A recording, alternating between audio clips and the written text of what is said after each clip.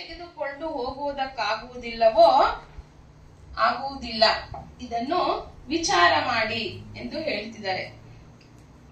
ಸದ್ಗುರು ಹೇಳ್ತಾರೆ, ಹೇ ನರಜೀವಿಗಳೇ, ಶೀಘ್ರವಾಗಿ ವಿಚಾರ ಮಾಡಿಕೊಳ್ಳಿ, ಇಲ್ಲವಾದರೆ ಹೇಗೆ ಪಾರಿವಾಳವನ್ನು ಗಿಡಗ ಒಡೆಯುತ್ತದೋ ಹಾಗೆ ಮೃತ್ಯು ನಿಮ್ಮನ್ನು ಒಡೆಯುತ್ತೆ. ಸತ್ಯಾಸತ್ಯ ವಿವೇಕಹೀನ ನರಜೀವಿಗಳಿಗೆ ಇಷ್ಟಾದರೂ ಕೂಡ ಜ್ಞಾನವಿಲ್ಲ. ಒಂದು ಕಣ್ಣು ರೆಪ್ಪೆ ಒಡೆಯುವಷ್ಟರಲ್ಲಿ 1/4 ಏನಾಗುತ್ತೋ, ಆದರೂ 2ನೇ ದಿನಕ್ಕೆ ಭೋಗದ ಸಾಮಗ್ರಿಗಳನ್ನು ಸೇರುತ್ತಾ ಇದ್ದಾರೆ.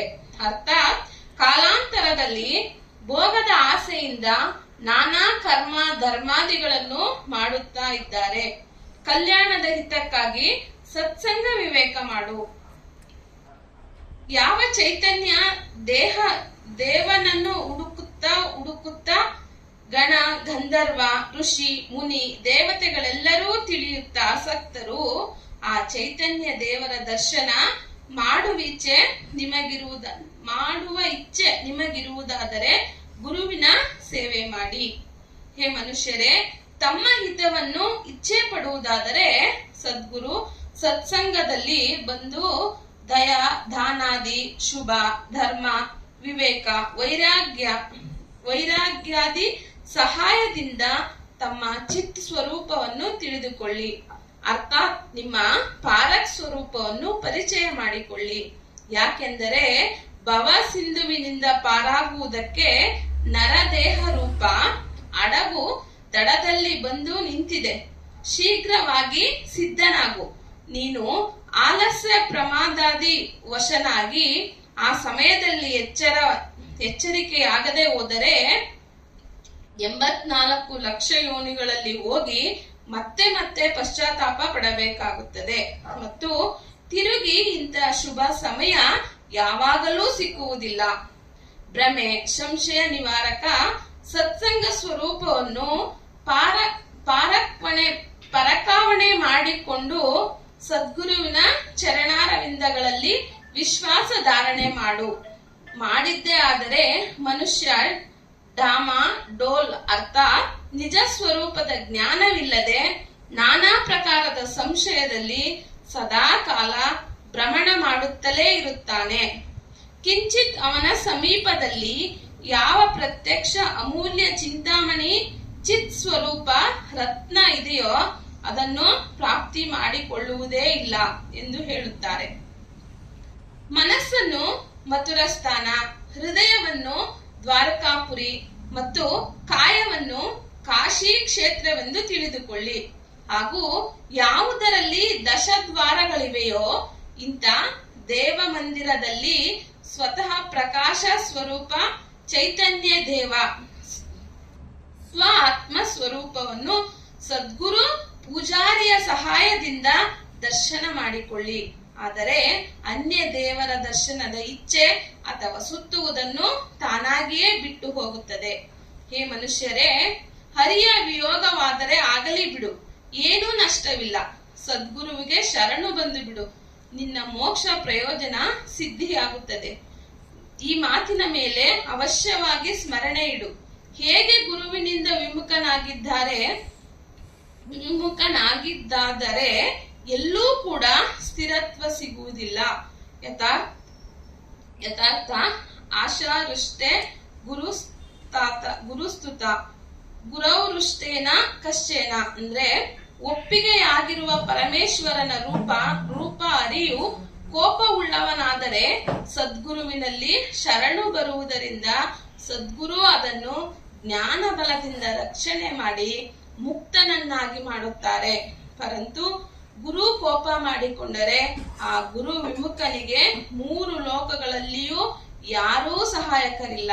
ಆದ್ದರಿಂದ ಅಪರಾಧಿ ನರಜೀವಿಗಳೇ, ಸದ್ಗುರುವಿನ ಅತಿರಿಕ್ತ ಯಾರೂ ಕಾಲ ಜಾಲದಿಂದ ರಕ್ಷಣೆ ಮಾಡುವವರು ಅನ್ಯರಿಲ್ಲ. ಈ ಕಾರಣದಿಂದ ಕಲ್ಯಾಣಾರ್ಥವಾಗಿ ಹರಿ ಮಾಯೆಯನ್ನು ಬಿಟ್ಟು ಸದ್ಗುರುವಿನಲ್ಲೇ ಶರಣು ಬನ್ನಿ. ಸದ್ಗುರು ದೇವಾಯ ನಮಃ. ಈ ಚಿಂತನೆಯನ್ನು ಮುಗಿಸ್ತಾ ಇದ್ದೀನಿ.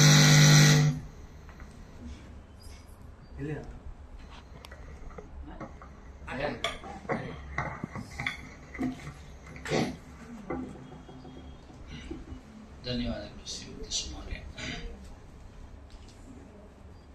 बोलिए सतनामा श्री सतनामादि कबीर साहिब की जय, सदगुरु श्री हनुमान साहिब की जय, गुरु माता जी की जय, सर्व संत महंत की जय. ಪೂಜ್ಯರು ಪ್ರಾತಸ್ಮರಣೀಯರು ಸದ್ಗುರುಗಳಾದಂಥ ಸದ್ಗುರು ಶ್ರೀ ಹನುಮಾನ್ ಸಾಹೇಬರ ದಿವ್ಯ ಚರಣಗಳಿಗೆ, ಗುರು ಮಾತಾಜಿಯವರ ದಿವ್ಯ ಚರಣಗಳಿಗೆ ವಂದಿಸುತ್ತಾ, ನೆರೆದಿರುವ ಎಲ್ಲ ಭಕ್ತಿ ಮಾತೆಯರಿಗೆ ವಂದಿಸುತ್ತಾ ಸತ್ಸಂಗ ಕಾರ್ಯಕ್ರಮ ಪ್ರಾರಂಭ ಮಾಡಿದೆ. ಈ ದಿನ 628 ವರ್ಷ ಕಳೀತು ಅವರು ಪ್ರಪಂಚಕ್ಕೆ ಬಂದು. ಸದ್ಗುರು ಕಬೀರ್ ಸಾಹೇಬ್ 629ನೇ ವರ್ಷದ ಒಂದು ಜಯಂತಿ ಪ್ರಕಟ ಮಹೋತ್ಸವ ಅಂತೇಳಿ ಉತ್ತರ ಭಾರತದಲ್ಲಿ ಅದ್ದೂರಿಯಾಗಿ ಮಾಡ್ತಾ ಇದ್ದಾರೆ. ಕಳೆದ 3 ದಿನಗಳಿಂದ ನಡೀತಾ ಇದೆ. ಇವತ್ತು ಕೊನೆ ದಿನ. ಕಬೀರ ಒಂದು ಜನನದ ವಿಚಾರದಲ್ಲಿ 2 ರೀತಿಯ ಅಭಿಪ್ರಾಯಗಳು ಬಂದಿವೆ. ಕರ್ಷಿಯ ದಾಮಕೇಡ ಪರಂಪರೆ, ಕಬೀರರು ಪ್ರಕಟವಾದರು ಅಂತ ಆ ನಂಬಿಕೆಯಲ್ಲಿ ಅವರು ಅವರನ್ನ ಪೂಜೆ ಮಾಡ್ತಾ ಇದ್ದಾರೆ.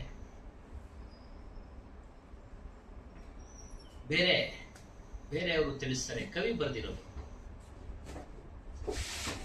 ಒಮ್ಮೆ ರಾಮಾನುಜರಿಗೆ, ಕಬೀರರ ಗುರುಗಳಾದ ರಾಮಾನುಜಾಚಾರ್ಯರು, ರಮಾನಂದ ಸ್ವಾಮಿಗಳು ಒಬ್ಬ ವಿಧವೆ ಅವರಿಗೆ ನಮಸ್ಕಾರ ಮಾಡಿದಾಗ ತಿಳಿಯದೆ ಪುತ್ರವತಿ ಭವ ಅಂತ ಆಶೀರ್ವಾದ ಮಾಡ್ತಾರೆ. ನಂತರ ತಾನು ವಿಧವೆ ಅಂತೇಳಿ ಭಿನ್ನವಿಸಿಕೊಂಡಾಗ ಆಕೆ ಗರ್ಭದಲ್ಲಿ ಜನಿಸಿದ್ರು ಅಂತ ಪ್ರತೀತಿ. ಅದು ಎಲ್ಲ ಒಟ್ಟಾರೆ ಅವರ ಒಂದು ಜನನ ರಹಸ್ಯ. ಈಗ ಬುರಾನ್ಪುರದ ಪೂರನ್ ಸ್ವಾಮಿಗಳು ಸಾಹೇಬರು ಸಹ, ಬುರಾನ್ಪುರದ ಆಶ್ರಮದ ಸಂಸ್ಥಾಪಕರಾದ ಪೂರನ್ ಸಾಹೇಬರು ಸಹ ಈ ಧಾಮಕೇಡ ಪರಂಪರೆಯಲ್ಲಿದ್ದರು. ಈ ಧಾಮಕೇಡ ಪರಂಪರೆ ವಂಶ ಪಾರಂಪರೆ. ಅವರು ಆಚಾರ್ಯ ಪದವಿನ ಯಾರಿಗೂ ಬಿಟ್ಕೊಡ್ಲಿಲ್ಲ, ಧನಿ ಧರ್ಮದಾಸ. ಆ ಕಾರಣದಿಂದ ಬೇರೆ ಬೇರೆ ಆಯ್ತು. ಈಗ ನಮ್ಮ ಕರ್ಷಿಯ ಪರಂಪರೆ ಅದರ ಅಂಗ. ಎಲ್ಲ ಅಲ್ಲಿಂದನೇ ಬಂದಿದ್ದು. ಒಬ್ಬೊಬ್ರ ನಂಬಿಕೆ ಒಂದೊಂದು. ಒಟ್ಟಾರೆ ನಾವು ಅವರ ಜ್ಞಾನವನ್ನ ತೆಗೆದುಕೊಳ್ಳೋಣ.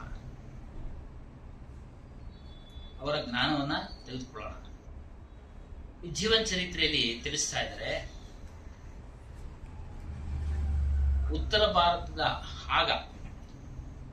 ಉತ್ತರ ಭಾರತ ದೇಶದ ಪ್ರತಿಯೊಂದು ಹಳ್ಳಿಯಲ್ಲೂ ಸಹ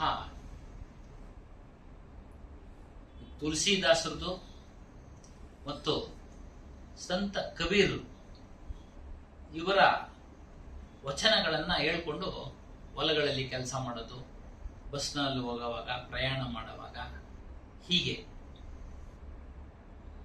ಇದಲ್ಲದೆ ಮೊದಲನೇ ಯುದ್ಧ ಕಾಲದಲ್ಲಿ ಫ್ರಾನ್ಸ್, ಜರ್ಮನಿ, ಬೆಲ್ಜಿಯಂ, ಈಜಿಪ್ಟ್ ಅಲ್ಲಿಗೆಲ್ಲ ಹರಡೋಗಿರ್ತದೆ ಕಬೀರ್ ವಚನ ಅಲ್ಲಿಗೆಲ್ಲ ಹರಡಿತ್ತು ಅಂತ ಹೇಳ್ತಾ ಇದ್ದಾರೆ. ಭಾರತೀಯ ಸೈನಿಕರು ಅಲ್ಲೆಲ್ಲ ಹೋಗಿದ್ರು ಫಸ್ಟ್ ವರ್ಲ್ಡ್ ವಾರ್ನಲ್ಲಿ. ಆ ಸೈನಿಕರು ಸಹ ಈ ಒಂದು ವಚನಗಳನ್ನ, ತುಳಸಿದಾಸರ ವಚನ, ಕಬೀರ್ ವಚನವನ್ನ ಹೇಳ್ಕೊಂಡು ಹೇಳ್ತಾ ಇದ್ರು. ಆಗ ಹೊರದೇಶದ ಒಬ್ಬ ಗ್ರಂಥ ಕವಿಗಳು ಇದನ್ನೆಲ್ಲ ಬರೆದಿದ್ದಾರೆ. ದ ಕಬೀರ್ ಮಿಸ್ಟಿಕ್ ಅನ್ನೋ ಗ್ರಂಥದಲ್ಲಿ ಇದೆಲ್ಲ ಬಂದಿದೆ ಅನ್ನೋ ಒಂದು ವಿಚಾರ. ಹೊರದೇಶದವರು ನಮ್ಮ ದೇಶದವ್ರನ್ನ ಆಚಾರ ವಿಚಾರಗಳನ್ನ, ತೀರ್ಥಯಾತ್ರೆಗಳನ್ನ, ಮತ್ತೆ ಮುಸಲ್ಮಾನರ ಒಂದು ಸಂಪ್ರದಾಯವನ್ನ ಟೀಕೆ ಮಾಡ್ತಾ ಇದ್ರು. ಈ ವಚನಗಳನ್ನ ಕೇಳಿ, ತುಳಸಿದಾಸರ, ಕಬೀರ್ ಸಾಹೇಬರ ವಚನಗಳನ್ನ ಕೇಳಿ ಇತಿಹಾಸಕಾರರು ಕಬೀರ್ ಸಾಹಿತ್ಯವನ್ನ ಅಧ್ಯಯನ ಮಾಡಿ ಅವ್ರದೇ ಆದಂಥ ಅಭಿಪ್ರಾಯಗಳನ್ನ ಮಂಡಿಸಿದ್ದಾರೆ. ಅದೆಲ್ಲ ಆ ಒಂದು ಪುಸ್ತಕದಲ್ಲಿ ಸಿಗುತ್ತೆ ಅಂತ ತಿಳಿಸಿದ್ದಾರೆ.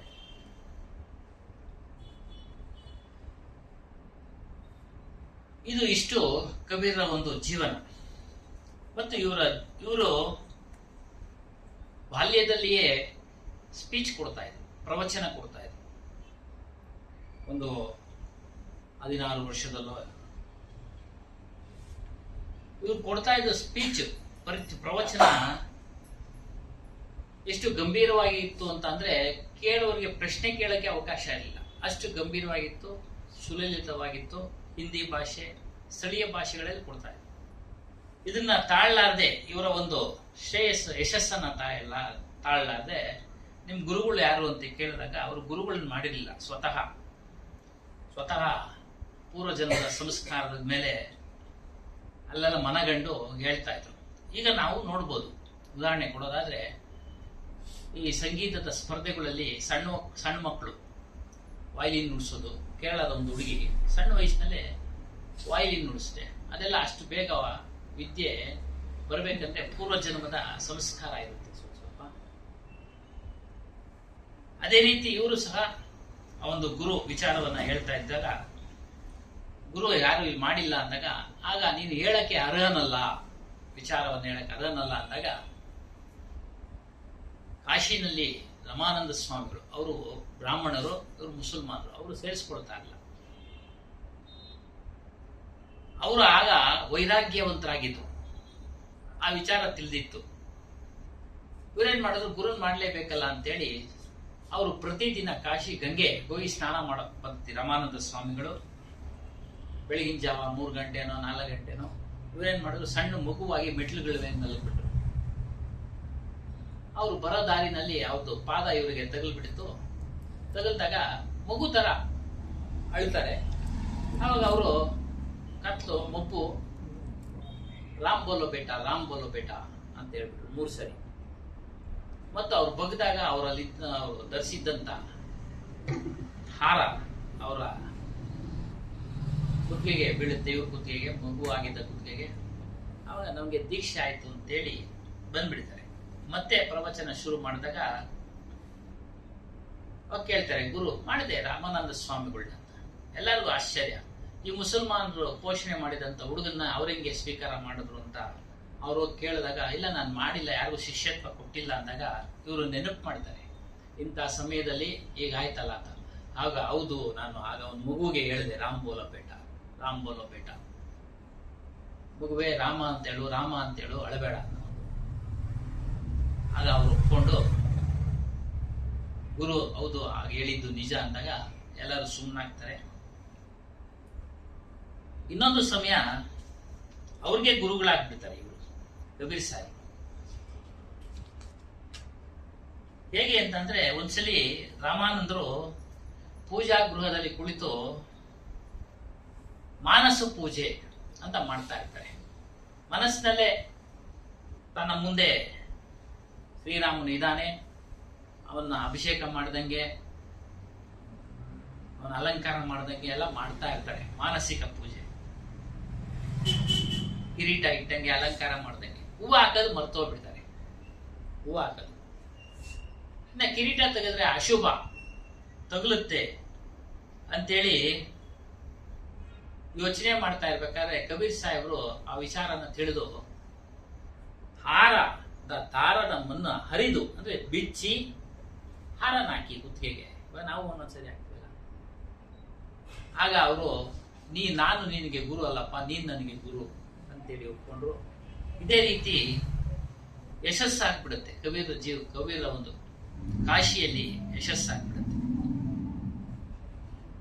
ಈ ಮೌಲಿಗಳು ಇವರು ಸಂಪ್ರದಾಯನೂ ಖಂಡನೆ ಮಾಡಿದ್ರು, ಬ್ರಾಹ್ಮಣರ ಸಂಪ್ರದಾಯನೂ ಖಂಡನೆ ಮಾಡಿದ್ರು. ನೀವು ಮಾಡ್ತಾ ಇರೋದು ಬಾಹ್ಯದ ಆಚಾರಗಳು, ಇವೆಲ್ಲ ಮನುಷ್ಯನಿಗೆ ಕಲ್ಯಾಣವನ್ನು ಉಂಟು ಮಾಡಲ್ಲ ಅಂತ. ಅವರು ಸುನ್ನತಿ ಮಾಡಿಸ್ಕೊಳ್ಳಿಲ್ಲ. ಮುಸಲ್ಮಾನರು ಪೋಷಣೆಯಲ್ಲಿ ಬೆಳೆದ್ರು ಕೂಡ ಮಾಡಿಸ್ಕೊಳ್ಳಿಲ್ಲ. ಯಾವ ರೀತಿ ಬಸವಣ್ಣವರು ಉಪನಯನ ಸಮಯದಲ್ಲಿ ನಿರಾಕರಿಸಿದ್ರು. ಅವರು ಬ್ರಾಹ್ಮಣರು, ಬಸವಣ್ಣವರು ಕೊಟ್ಟಿನಿಂದ ಬ್ರಾಹ್ಮಣರು ನಿರಾಕರಿಸ್ತಾರೆ ಉಪನಯನ.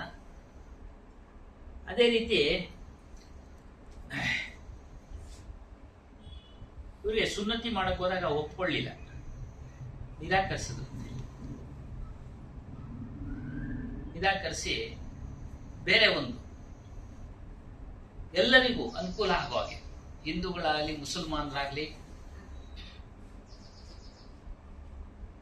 ಅನುಕೂಲ ಆಗೋಗೆ ಜ್ಞಾನ ಬೋಧನೆ, ರಾಮ ರಾಮ ಅಂತ, ಸತ್ಯನಾಮ ಅಂತ, ಆತ್ಮ ಅಂತ ಇತ್ಯಾದಿ ಶಬ್ದಗಳು ಉಪಯೋಗಿಸಿದ್ರು.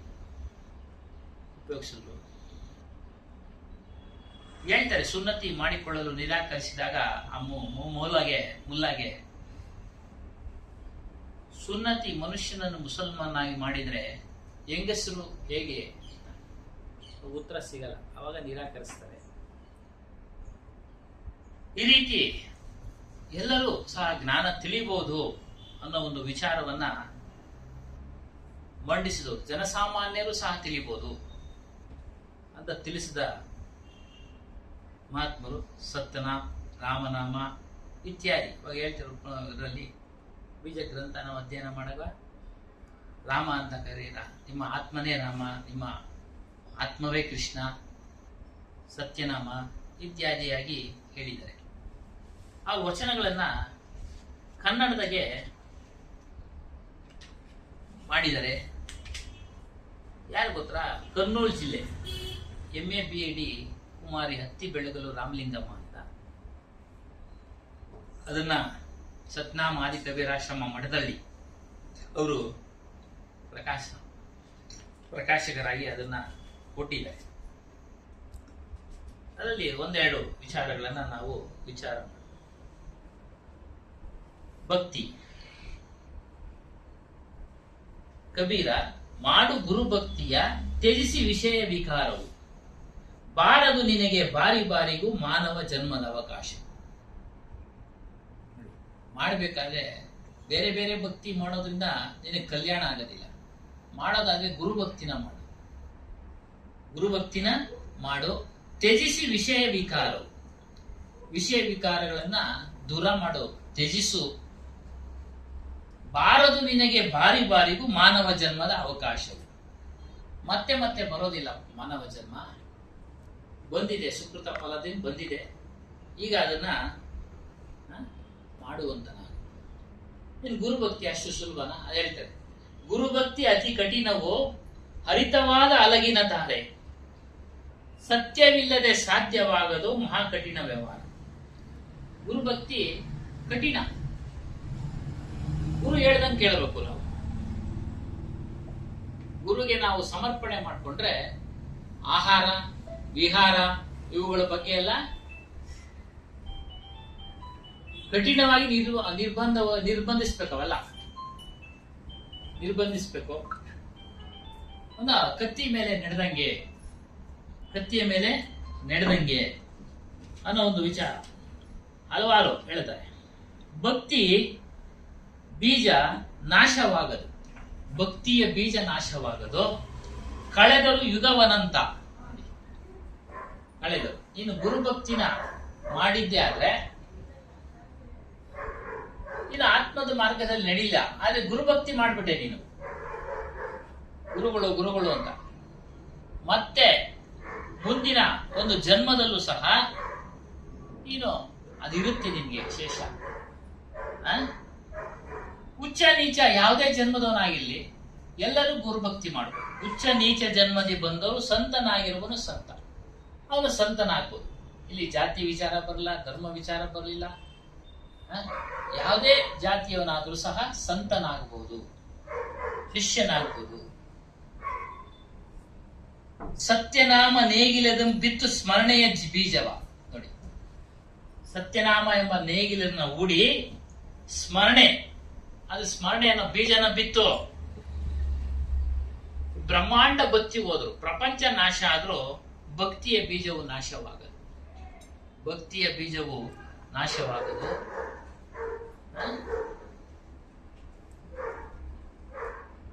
ಗುರುಭಕ್ತಿ ಹೇಡಿಯಿಂದ ಕೈನಿಂದ ಸಾಧ್ಯ ಇಲ್ಲ.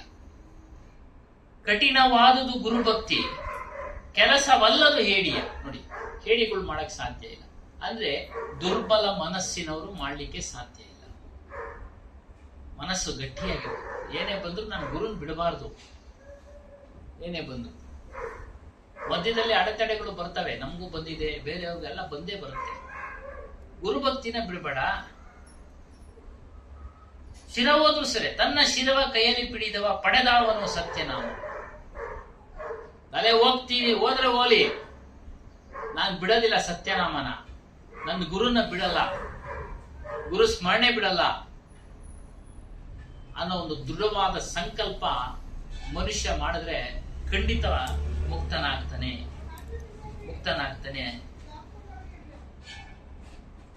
ಎಚ್ಚರಿಕೆ ಕೊಡ್ತಾರೆ. ಒಂದೊಂದೇ ಒಂದು ವಾಕ್ಯ ಹೇಳ.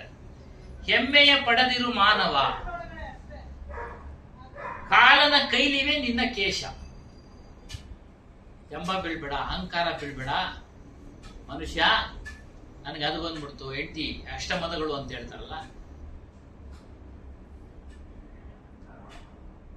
ಸ್ತ್ರೀಮದ, ಪುತ್ರ ಮದ, ಐಶ್ವರ್ಯ ಮದ, ಪದವಿಯ ಮದ ಇತ್ಯಾದಿ, ವಿದ್ಯಾಮದ. ಹೀಗೆ ಅಹಂಕಾರ ಬೀಳ್ಬೇಡ. ನಿನ್ನ ಕೂದಲು ಕಾಲನ ಕೈಲಿದೆ, ಯಾವಾಗ ಇಟ್ಕೊಂಡು ಹೇಳ್ಕೊಂಡು ಹೋಗ್ಬಿಡ್ತಾನ ಗೊತ್ತಿಲ್ಲ. ಯಮನ್ ಕೈನಲ್ಲಿ ಇದೆ. ಹರಣ ಮಾಡುವ ಪ್ರಾಣವನ್ನೆಲ್ಲೋ ಯಾವಾಗ ಎತ್ಕೊಂಡು ಹೋಗ್ಬಿಡ್ತಾನೋ ಏನೋ ಗೊತ್ತಿಲ್ಲ ನಿನ್ ಪ್ರಾಣನ. ಅವನಿಗಿಲ್ಲ ದೇಶ ವಿದೇಶ, ಅವನಿಗಿಲ್ಲ ದೇಶ ವಿದೇಶ. ನೀನು ವಿದೇಶಕ್ಕೆ ಹೋದ್ರೆ ಬಿಟ್ಬಿಡ್ತಾರ? ಇಲ್ಲ. ಇದೇ ದೇಶದಲ್ಲಿ ನಾನು ಯಾವ್ದೋ ದೇವಸ್ಥಾನದಲ್ಲಿ ಸೇರ್ಕೊಂಡ್ಬಿಟ್ಟಿದ್ದೀನಿ, ಬಿಟ್ಬಿಡ್ತಾನೆ ಅಮ್ಮ? ಇಲ್ಲ. ಅಂದ ಹೆಮ್ಮೆ ಪಡ್ಬೇಡ, ಅಹಂಕಾರ ಬೀಳ್ಬೇಡ.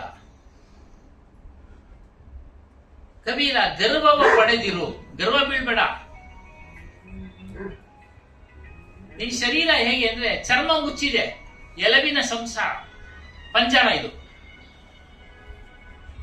ಪಂಜರ ಅಂದ್ರೆ ಗಿಣಿದ ಪಂಜರ ಇಟ್ಟಿರ್ತೀವಲ್ಲ, ಹಂಗೆ ಇದು ಎಲಬಿನ ಪಂಜರ.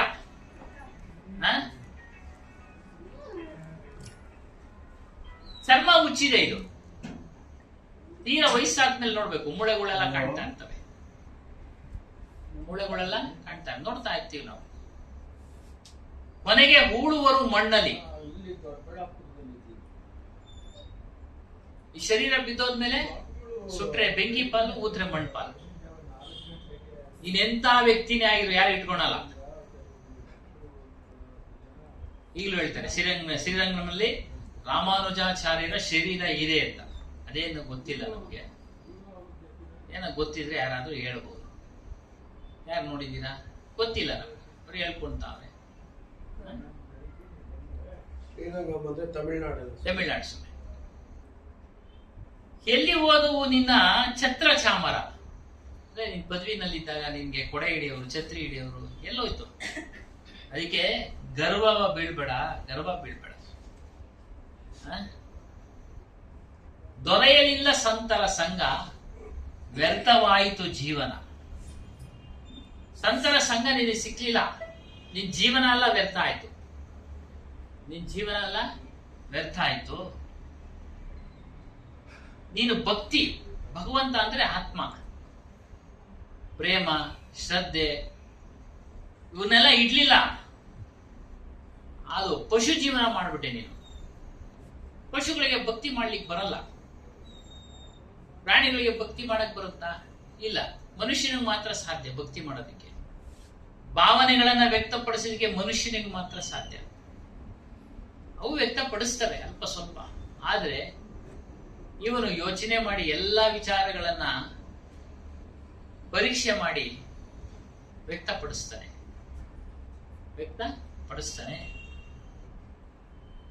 ಹಾಗಾಗಿ ಪ್ರೇಮ ಭಕ್ತಿಯನ್ನ ನೀನು ಭಗವಂತನಲ್ಲಿ ಮಾಡು, ಗುರುವಿನಲ್ಲಿ ಮಾಡು. ಅವನೇ ಭಗವಂತ.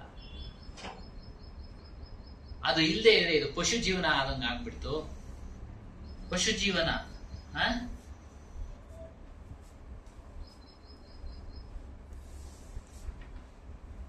ಮಾಯಾ ಮೋಹ ಜಂಜಾಟದಲ್ಲಿ ಕಳೆಯಿತೆಂಟು ಜಾವ ಕಾಲ. ನೆನೆಯಲಿಲ್ಲ ಸತ್ಯನಾಮವ, ನಿನ್ನನ್ನು ಜಯಿಸಿದ ಕಾಲ.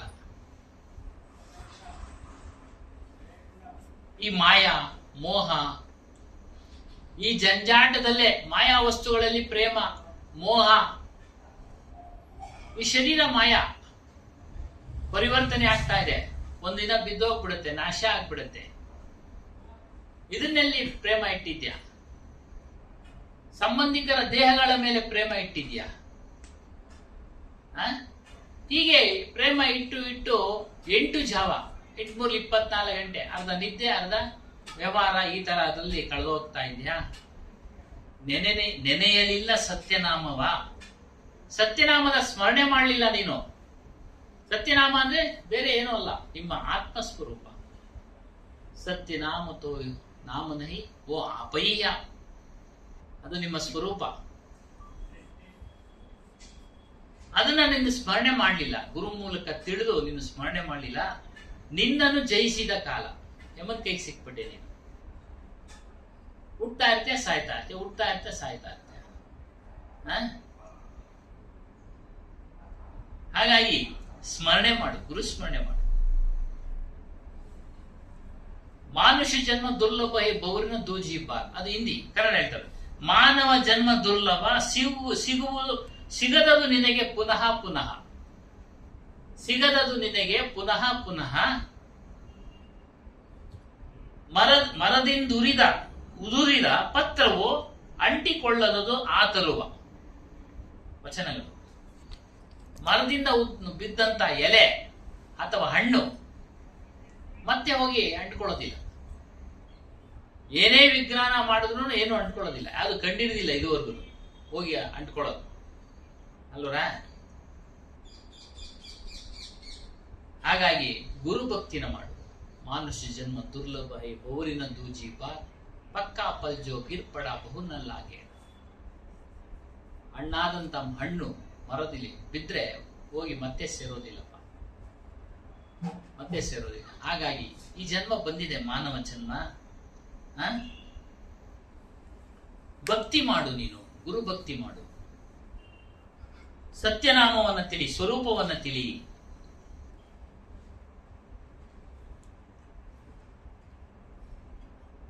ಆದಿನಾಮ ಪುರುಷಮಣಿ, ಮನವು ಮಲಿನವಾದ ಕಬ್ಬಿಣ, ತಾಗಿದರಾಗುವುದು ಕಾಂಚನ, ತೊಲಗುವುದು ಮೋಹ ಬಂಧನ. ಈ ಆದಿನಾಮ ಇದು ಯಾರು ಮೊದಲಿಂದನೂ ಇದೆ, ನಮ್ಮ ಆತ್ಮಸ್ವರೂಪ. ಪುರುಷಮಣಿ ಅಂತ ಇದೆ, ನಾವು ನೋಡಿಲ್ಲ, ಅದು ಹೇಳ್ತಾ ಇದ್ದಾರೆ. ಅದನ್ನ ಕಬ್ಬಿಣಕ್ಕೆ ತಾಗಿಸ್ಬಿಟ್ರೆ ಅದು ಚಿನ್ನ ಆಗುತ್ತಂತೆ. ಕಬೀರ ಒಂದು ವಿಚಾರದಲ್ಲಿ ಬರ್ತಾ ಇದೆ. ಅದೇ ರೀತಿ ನೀನು ಚಿನ್ನ ಆಗು, ಚಿನ್ನದಂತೆ ಆಗು. ಪುರುಷಮಣಿ ಯಾವುದು? ಗುರು. ಪುರುಷಮಣಿ, ಪರುಷಮಣಿ ಗುರುನಪ್ಪ. ನೀನು ಗುರುವನ್ನ ನೀನು ಆಶ್ರಯಿಸು. ಗುರು ಅವನೇನಾಗಿದ್ನೋ ಅದರಂತೆ ನಿನ್ನನ್ನ ಮಾಡಿಬಿಡ್ತಾನೆ. ಸಾಷ್ಟಾಂಗ ವಂದನೆ ಗುರುವಿಗೆ ಮಾಡಿರಿ ಕೋಟಿ ಕೋಟಿ ನಮನ, ಕೀಟ ವರಿಯುವರೆ ಭೃಂಗವು ಮಾಡುವುದೆಂದು ತನ್ನ ಸಮಾನ. ಗುರುಕೋ ಕೀಜೈ ಕೋಟಿ ಕೋಟಿ ಪ್ರಣಾಮ್, ಕೀಟನ ಜಾನೆ ಭೃಂಗಕೋ ಗುರು ಕರ್ಲೆ ಆಪು ಸಮಾನ. ಗುರುಗೆ ಕೋಟಿ ಕೋಟಿ ಪ್ರಣಾಮ ಮಾಡಿ. ಏನೇನು ಅದೇ ಹೇಳಿದ್ರು. ಶಿಷ್ಯ ಕ್ರಮೇಣ ಗುರು ಆಗ್ಬಿಡ್ತಾನಂತೆ ವಿಚಾರ ಹೇಳ್ತಾರೆ ಪುರುಷೋತ್ತಮ. ಇವಾಗ ನಾವು ಶಿಷ್ಯತ್ವನ ಸ್ವೀಕರಿಸಿದ್ವಿ, ಯಾವಾಗ ಸಮರ್ಪಣೆ ಮಾಡ್ಕೊಂಡ್ರು ಅವನು ಗುರು ಆಗ್ಬಿಟ್ಟ. ಈ ವಿಚಾರವನ್ನ ಈ ಕೊಪ್ಪಳದಲ್ಲಿ ಅದರಲ್ಲ ಸ್ವಾಮಿಗಳು, ಬಸ್ ಅವರ ಹೆಸರೇನೋ ಇದೆ, ಅವರು ಆ ಒಂದು ಮಠಕ್ಕೆ ವಿದ್ಯಾರ್ಥಿಯಾಗಿ ಬಂದು ಸೇರ್ಕೊಂಡ್ರು. ಅವ್ರ ಹೆಸರೇನೋ ಇದೆ, ಬಸವ ಹೆಸರಿದೆ. ಕೊಪ್ಪಳದಲ್ಲಿ ದೊಡ್ಡ ಗವಿಸಿದ್ದೇಶ್ವರ ಸ್ವಾಮಿ ವಿದ್ಯಾರ್ಥಿಯಾಗಿ, ಅದು ಉದಾಹರಣೆ ಕೊಟ್ರು, ವಿದ್ಯಾರ್ಥಿಯಾಗಿ ಬಂದು ಸೇರ್ಕೊಂಡ್ರು. ಅವರು ಇವತ್ತು ದಿನ ಗುರುಗಳಾಗಿದ್ದಾರೆ ಆ ಮಠಕ್ಕೆ, ಗುರುಗಳಾಗಿ ಹೇಳಿ. ಅದು ನಮ್ಮ ಕಣ್ಣೆದುರಿನಲ್ಲೇ ಅವೆಲ್ಲ ಉದಾಹರಣೆ. ಬರೀ ವಚನ ಯೋಚನೆ ಮಾಡಿದ್ರೆ ಆಗಿದ್ದಾರೆ ಸುಮಾರು ಜನ. ಅದಕ್ಕೆ ಕೋಟಿ ಕೋಟಿ ನಮನ ಮಾಡು ಗುರುಗೆ. ಗುರುಗೆ ಕೋಟಿ ಕೋಟಿ ನಮನ ಮಾಡು. ಗುರು ಗೋವಿಂದರು ನಿಂತರೆದುರಿಗೆ ಯಾರಿಗೆ ಮಾಡಲಿ ನಮನ ಎರಗುವೆ ಸದ್ಗುರು ಚರಣಕ್ಕೆ ಯಾರು ತೋರಿದರೋ ಗೋವಿಂದನ. ನನ್ನ ಕಣ್ಣು ಮುಂದೆ ಗುರು ಮತ್ತು ಗೋವಿಂದ ಇಬ್ರು ನಿಂತಿದ್ದಾರಪ್ಪ. ನನ್ನ ಕಣ್ಣು ಮುಂದೆ ಶಿಷ್ಯ ಹೇಳುದು, ನನ್ನ ಕಣ್ಣು ಮುಂದೆ ಗುರು ಮತ್ತು ಗೋವಿಂದ ಇಬ್ರು ನಿಂತಿದ್ದಾರೆ. ಯಾರಿಗೆ ನಮಸ್ಕಾರ ಮಾಡ್ತೀಯ ಅಂತ ಅಂದ್ರೆ ಕೇಳಿದ್ರೆ ಶಿಷ್ಯ ಹೇಳ್ತಾನಂತೆ, ಎರಗುವೆ ಸದ್ಗುರು ಚರಣಕ್ಕೆ. ನಾನು ಮೊದಲು ಸದ್ಗುರುವಿನ ಪಾದಗಳಿಗೆ ನಮಸ್ಕಾರ ಮಾಡ್ತೀನಿ. ಯಾಕೆ? ಅವನು ಗೋವಿಂದನನ್ನ ತೋರಿಸಿದವನು, ಅವನು ಗುರು. ಗೋವಿಂದ ಹೆಂಗವನೇ ಅನ್ನೋದೇ ನಮಗ್ ಗೊತ್ತಿಲ್ಲ. ಅಂದ್ರೆ ಆತ್ಮ ನಮ್ಮ ಸ್ವರೂಪ ಹೆಂಗಿದೆ ಅನ್ನೋದು ನಮಗ್ ಗೊತ್ತಿಲ್ಲ. ಹೊರಗಿನವ್ರು ನನ್ನ ಕೇಳಿ, ಇಲ್ಲಿನವ್ರನ್ನ ಬಿಟ್ಬಿಟ್ಟು ಸ್ವರೂಪ ಅಂದ್ರೆ ಏನಪ್ಪಾ ಅಂದ್ರೆ ಏನೋ ಗೊತ್ತಿಲ್ಲ ರೀ ಅಂತಾರೆ. ಎಲ್ಲಾರು ಉಪಯೋಗಿಸೋ ಶಬ್ದ ಆತ್ಮ ಅಂದ್ರೆ ಏನೋ ಈಗ ಗೊತ್ತಿಲ್ಲ ರೀ ಕೇಳಿದೆ. ಹಾಗಾಗಿ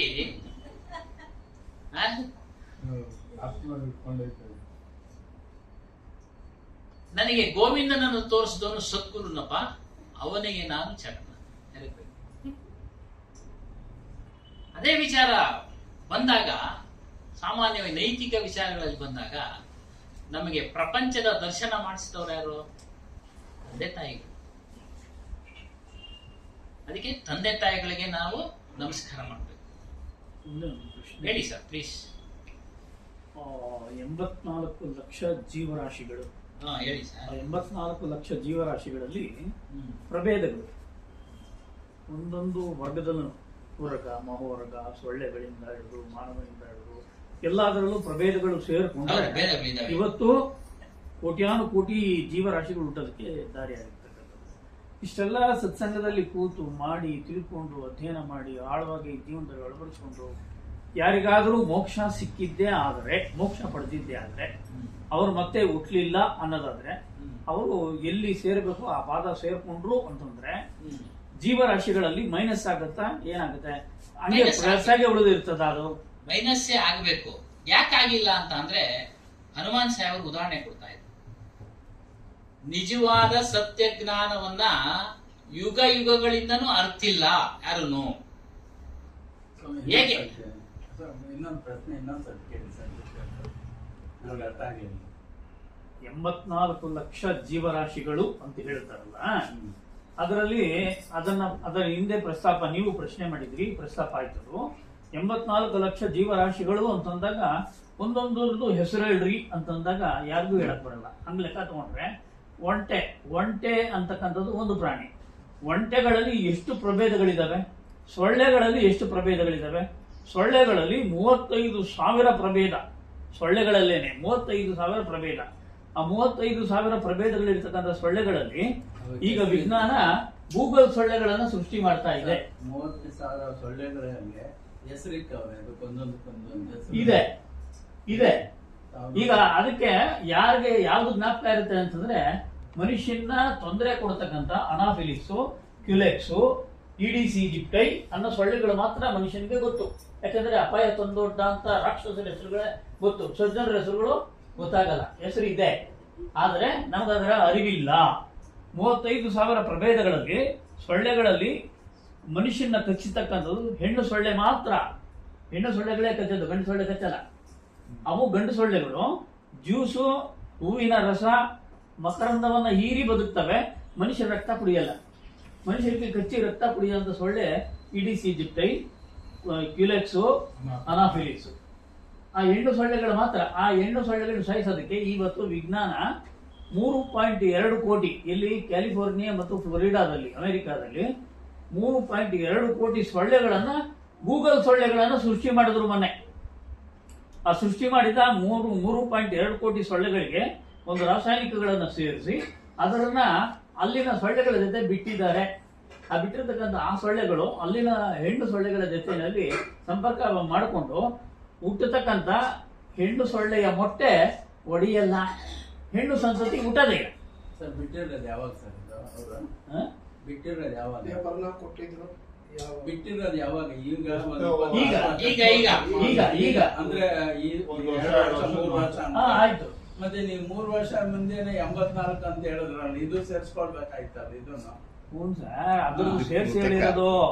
ಅದರಲ್ಲಿ ಒಂದು ತಳಿ, ಹೆಣ್ಣಿನ ತಳಿ 35,000 ಪ್ರಭೇದಗಳಲ್ಲಿ. ನೀವು ಬುದ್ಧಿಮಂತರು, 1 ನಿಮಿಷ ಜನರಲ್ ಆಗಿ ಸಾಮಾನ್ಯ ಜನಕ್ಕೆ ಅರ್ಥ ಆಗಂಗೆ ನೀವು ಹೇಳ್ಬೇಕು ಸರ್. ಗೊತ್ತಿಲ್ಲ ಸರ್, ಇವಾಗ ಸೊಳ್ಳೆ ಕಚ್ಚೈತೆ ಅಂದ್ರೆ ನಾವು ಸೊಳ್ಳೆ ಅಂತಾನೆ ತಾನೇ ಅದು. ಅದ್ಯಾಕೆ ಯಾವ್ದೋ ನೀವು ಹೆಸರಿಕ್ಬಿಟ್ಟು ನಾವು ಯಾವ ಸೊಳ್ಳೆ ಕಚ್ಚೈತೆ ಅಂತ ಇದುವರೆಗೆ ಯಾರು ಹೇಳಿಲ್ವಲ್ಲ. ಕಂಡಿಡು ವಿಜ್ಞಾನ ಮುಂದುವರೆದು ಕಂಡಿಡಿದ್ದಾರೆ ಸರ್. ನಾನೊಂದು ಉದಾಹರಣೆ ಕೊಟ್ಟೆ ನಿಮ್ಗೆ. ಹೈಸ್ಕೂಲ್ನಾಗ ಬರ್ತದಲ್ಲ ನಮ್ಗೆ ಯಾವ್ದ್ರಿಂದ ಕಾಯಿಲೆ ಕಾಯಿಲೆ ಬರುತ್ತೆ. ಒಂದ್ 5-6 ನಮ್ಗೆ 36,000 ಅಂತಾರೆ ಇವ್ರು. 35,000 ಇದೆ. ಸೊಳ್ಳೆಗಳಲ್ಲಿ ಸೊಳ್ಳೆಗಳು 35,000 ಪ್ರಭೇದಗಳು. ಮನುಷ್ಯ ಜಾತಿಯಲ್ಲಿ ಎಷ್ಟು ಜಾತಿಗಳು? ನಾವೇನು ವಿಜ್ಞಾನಿಗಳಲ್ಲ ರಿಸರ್ಚ್ ಮಾಡಕ್ಕೆ, ನಾವೇನು ವಿಜ್ಞಾನಿಗಳಲ್ಲ. ನಾನೊಂದು ಉದಾಹರಣೆ ಕೊಟ್ಟೆ.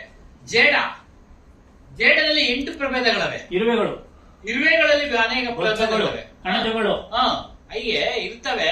ನಾವು ಅದನ್ನ ವಿಜ್ಞಾನಿಗಳಲ್ಲ, ಅದ್ರ ಬಗ್ಗೆ ಅದರಿಂದನೇ ಹೋಗೋದಿಕ್ಕೆ ನಾವು ತಿಳಿಸಿದರೆ ಇದು ಅನುಭವ ಪೂರ್ಣವಾದ ಮಾತು. ಕಬೀರ್ ಸಾಹೇಬರು ಸಹ ಅನುಭವ ಮಾಡಿ ಇಷ್ಟು ಇದಾವೆ ಅಂತನೋ ಅವರು ಒಪ್ಕೊಂಡು, ಗ್ರಂಥಗಳಿರತಕ್ಕಂತ ಸಾರವನ್ನೇ ಒಪ್ಕೊಂಡು ಅವರು ಹೇಳಿದ್ದಾರೆ. 84 ಲಕ್ಷ ಜೀವರಾಶಿಗಳು ಇದೆ.